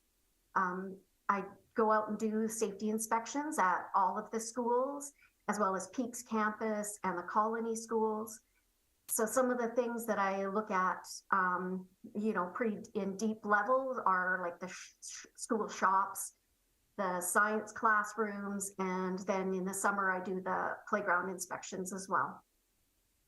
I've also started facilitating WHMIS, so the Workplace Hazardous Materials Information System, for some staff and some of the pursuit students. And then I also, Tara Tanner asked me to facilitate the HCS 3000 level course too for students. So they can do it online, but it's kind of an introduction to health and safety in the workplace for students. So I created a presentation and have been able to go and facilitate that to some of the outreach students as well, which has been really great. So I assist, and I'm a member of the Health and Safety Committee. I'm going to talk a little bit about what the committee, how it's made up and what we do a little bit later. So overall, I ensure that the division meets or exceeds the legislative requirements for work and field trips and special activities, maybe some specialized equipment that we want to purchase, and making sure that everything is done as safe as possible.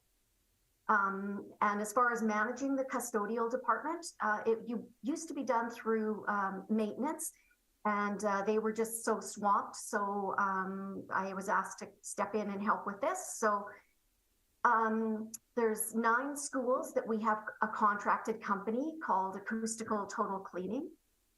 They supply the staff and the supplies, and I basically work to ensure that that all of the work is completed to our standards. The 5 schools, the other 5 schools and our central office here have Livingstone Range or the QP staff. And I ensure that there is the custodial staff, so the hiring of them and casuals, making sure they have supplies, training, and that the work is completed to our standards as well. So things I've completed in the last year or two, I created 18 different occupational hazard assessments for all of the different occupations within the division. We've made some safety training recommendations that get mailed out, all applicable to the different occupations. So a shop teacher would get different training than an educational assistant. I created inspection templates for each school so that it's unique, because some schools have like sprinklers for the fire, some have fire hoses still.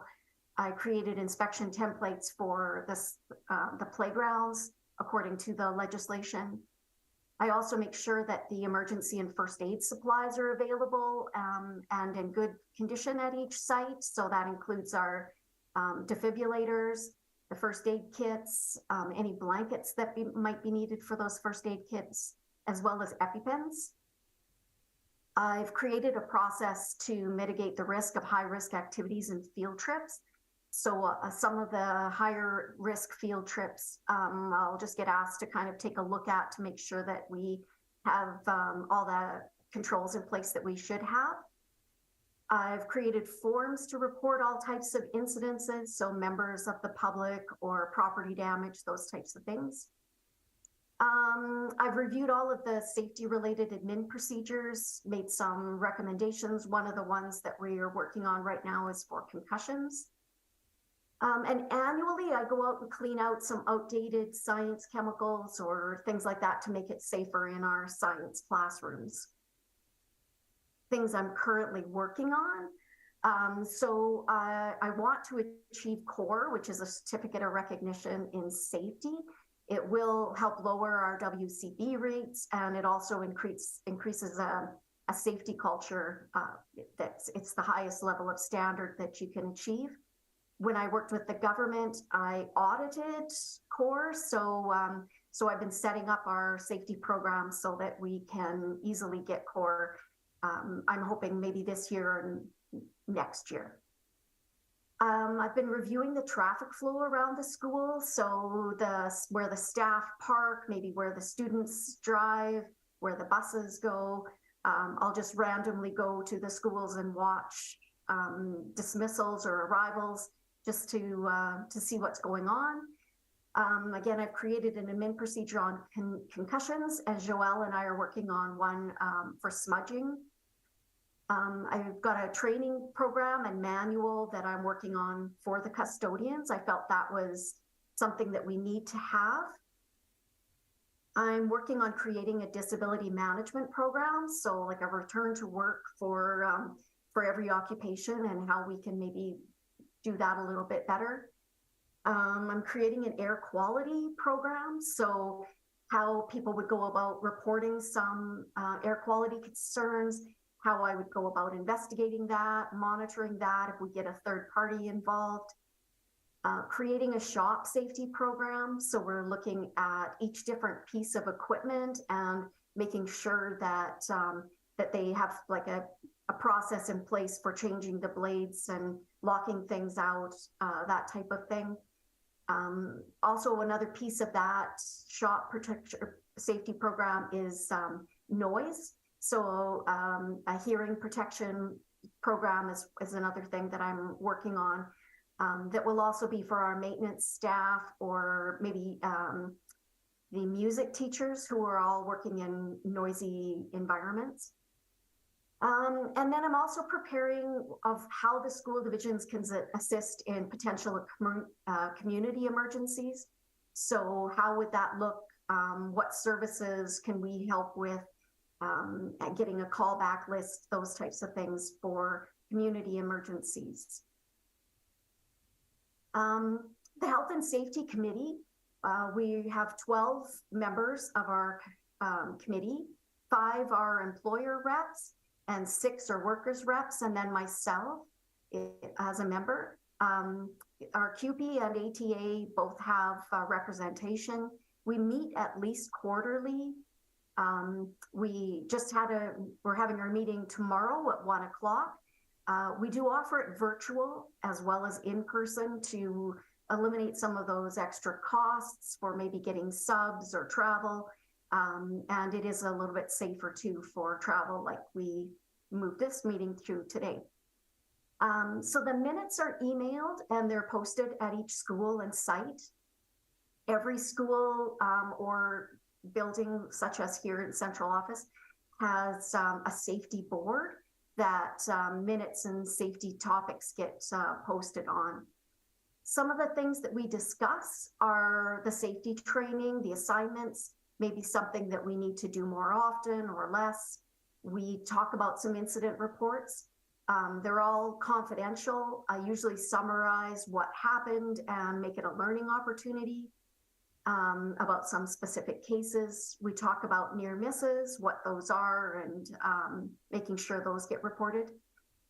And when I go out and do the inspections, I'm also doing air quality testing. I've got a little monitor that that only takes about 5 minutes to do those readings, and so I'll share those at our committee meetings as well.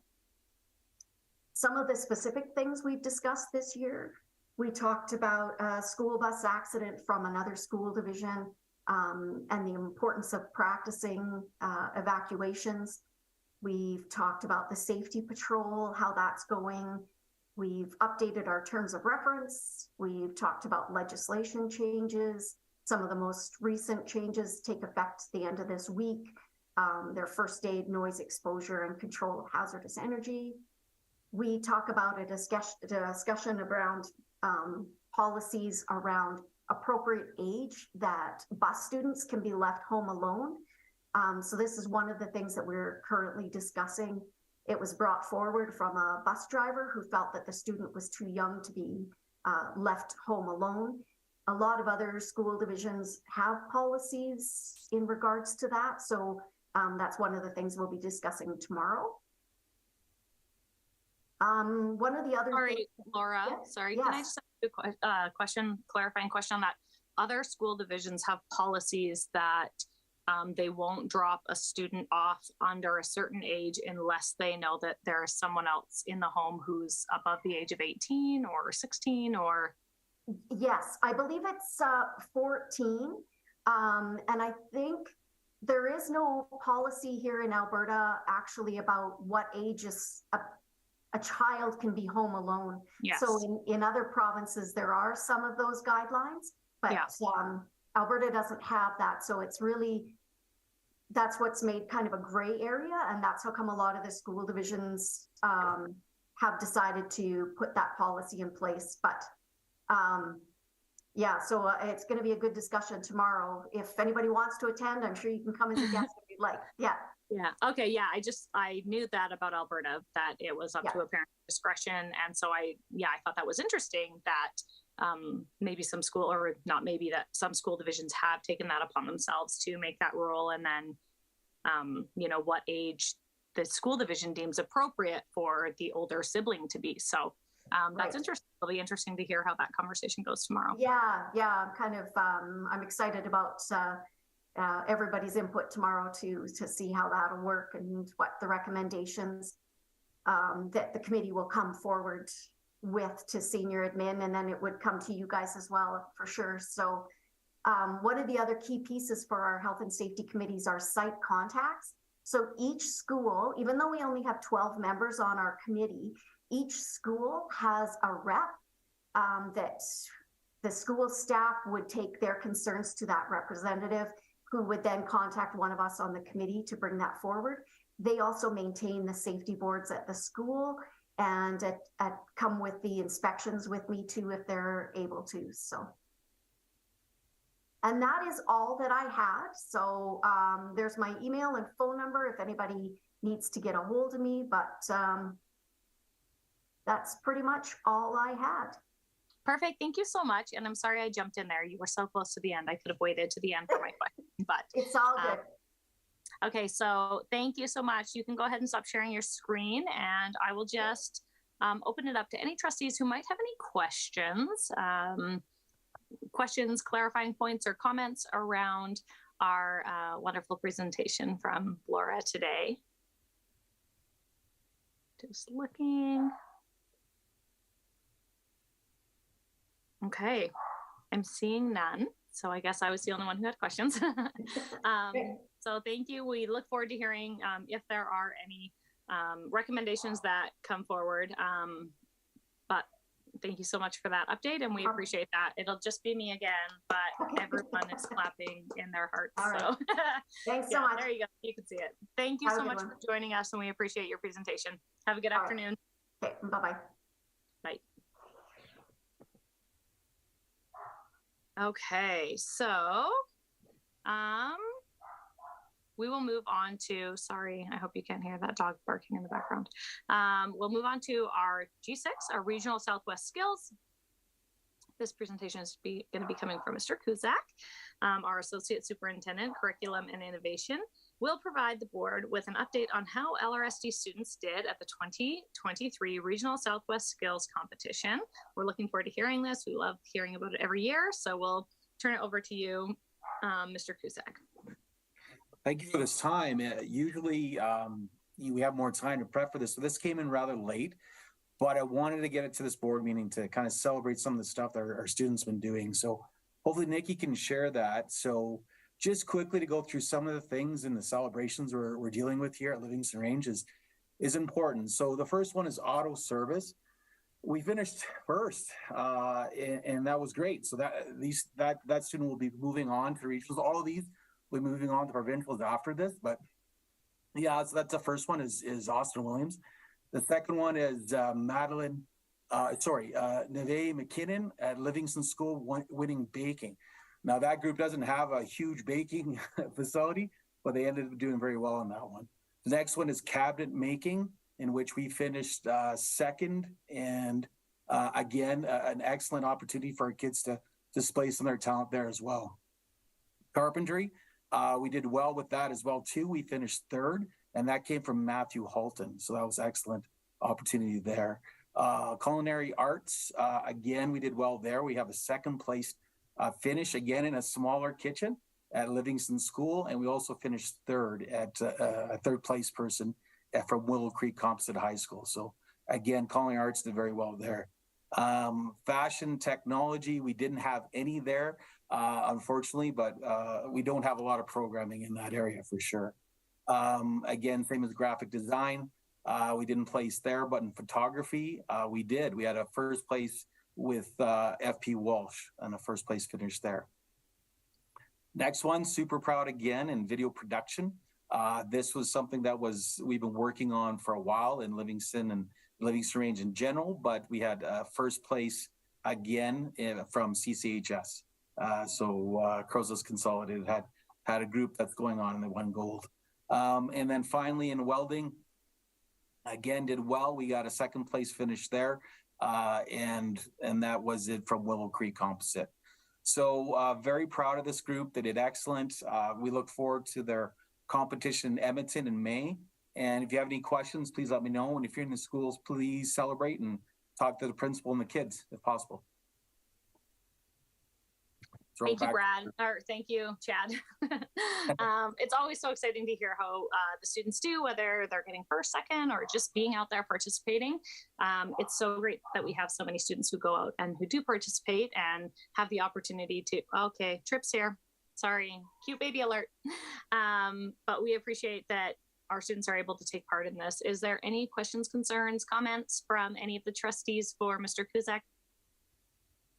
And if your question or concern is that I skipped G5, I'm coming back to it. I did miss it. I went right over it. So anything for Chad? Okay, seeing none. Thank you so much, Mr. Kuzik. We appreciate that. And we're gonna move back to G5 now, which is we now have a standing, we had a motion to have a standing update each month on our Nanton and Granham committees, which we currently have 2 ad hoc committees. So an update will be provided of the progress of the Nanton and the Granham School community engagements that we currently have going on. So we will go to Trustee Gimber to give our update for Granham. Gimber. She's like, I'll do both, but she is the chair of our Granham committee. So we'll turn it over to you, Trustee Gimber. Okay, thank you. So updates with regards to Granham. There was we haven't had I may be repeating something, but if I am, oh well, you get it twice. So the Granham engagement session we had February 28th was very good. It included representatives from many groups in Granham. There seems to be a lot more trust all around there. It was a good session. I think they are finally believing that we're committed to not closing the school, not shutting it down. There was a lot of brainstorming, discussing joint use agreements and ideas, including like the library or community center. Big barrier that was highlighted is before and after school care. So the MD was considering coordinating maybe with Kids Zone to look into something there. And something notable out of there was that there's lots of great ideas on joint use and using the building, but we need to remember that we need another revenue source. We need more money coming in. We have an engagement session for tonight, March 27th. There will be 3 items covered. It'll be roundtable, and the topics are K-6 configuration, Christian programming, academies, and then there'll be a parking lot. So going forward, we're awaiting,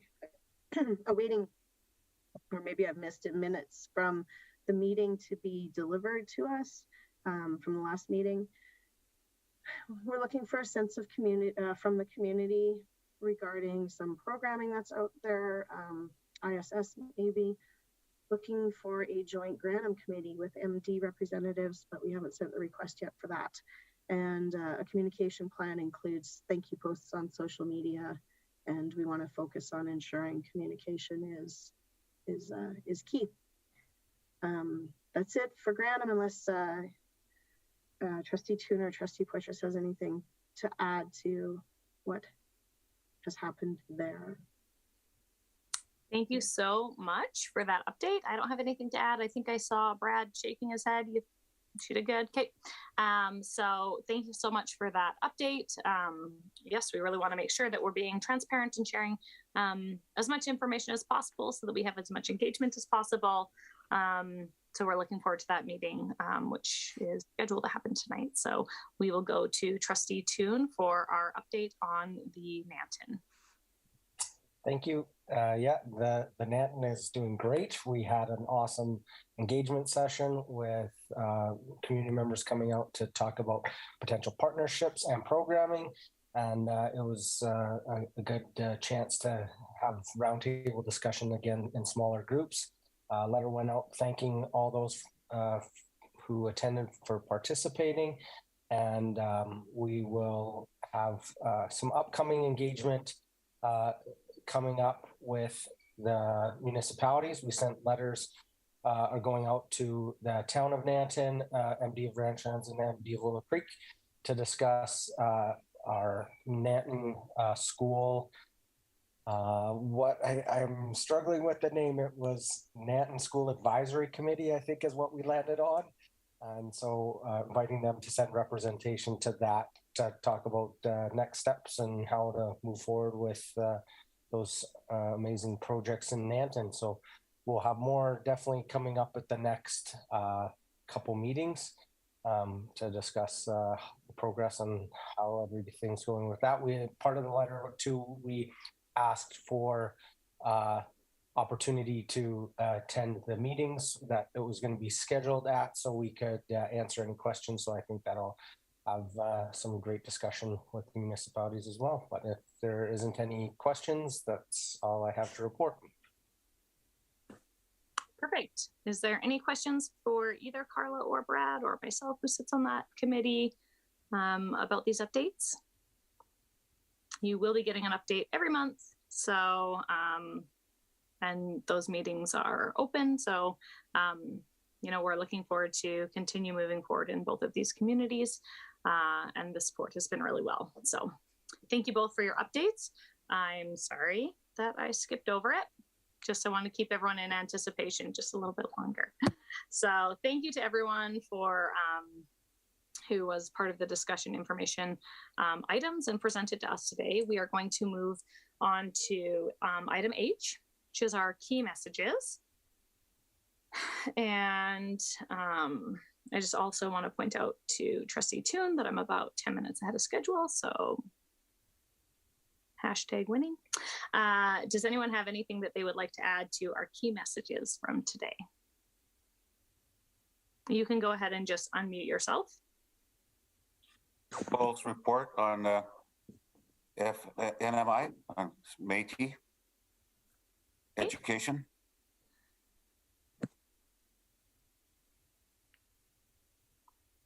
Yep, that was an excellent update that we got and some wonderful pieces that we can share there. Other items? Should we put our Jordan's principle in there? Because it kind of ties into the FNMI presentation too. I think the Jordan principle one is excellent. I wondered about maybe our Granham and Nanton updates, just so that even if you're not in those two communities, but you're close by or might be moving to one of those communities and you want to be a part of the conversation or kind of be kept apprised of what's going on, maybe those updates would be, but that's just a thought. Anyone else? Thoughts on that? Skills competition results. Is everyone comfortable having the Granham and Nanton as part of the key messages, or is there anyone opposed to that? No, I think they're good to have. Okay, and then we'll do the skills competition as well, which brings us to 4. And we've actually stayed at 3 pretty good the last couple months. So a bonus one for this month seems okay.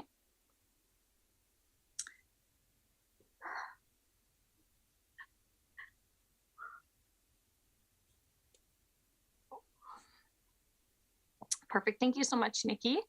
I'm just gonna leave it there for 1 second. I'm scrolling to see if anyone else has their hand up or any concerns with any of those.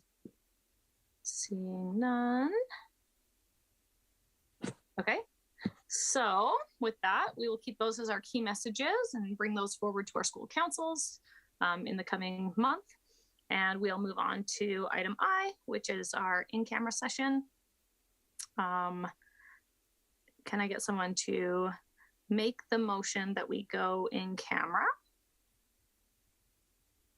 Trustee I'll make that motion. Oh, okay. No, Trustee Long. We'll go to Trustee Long.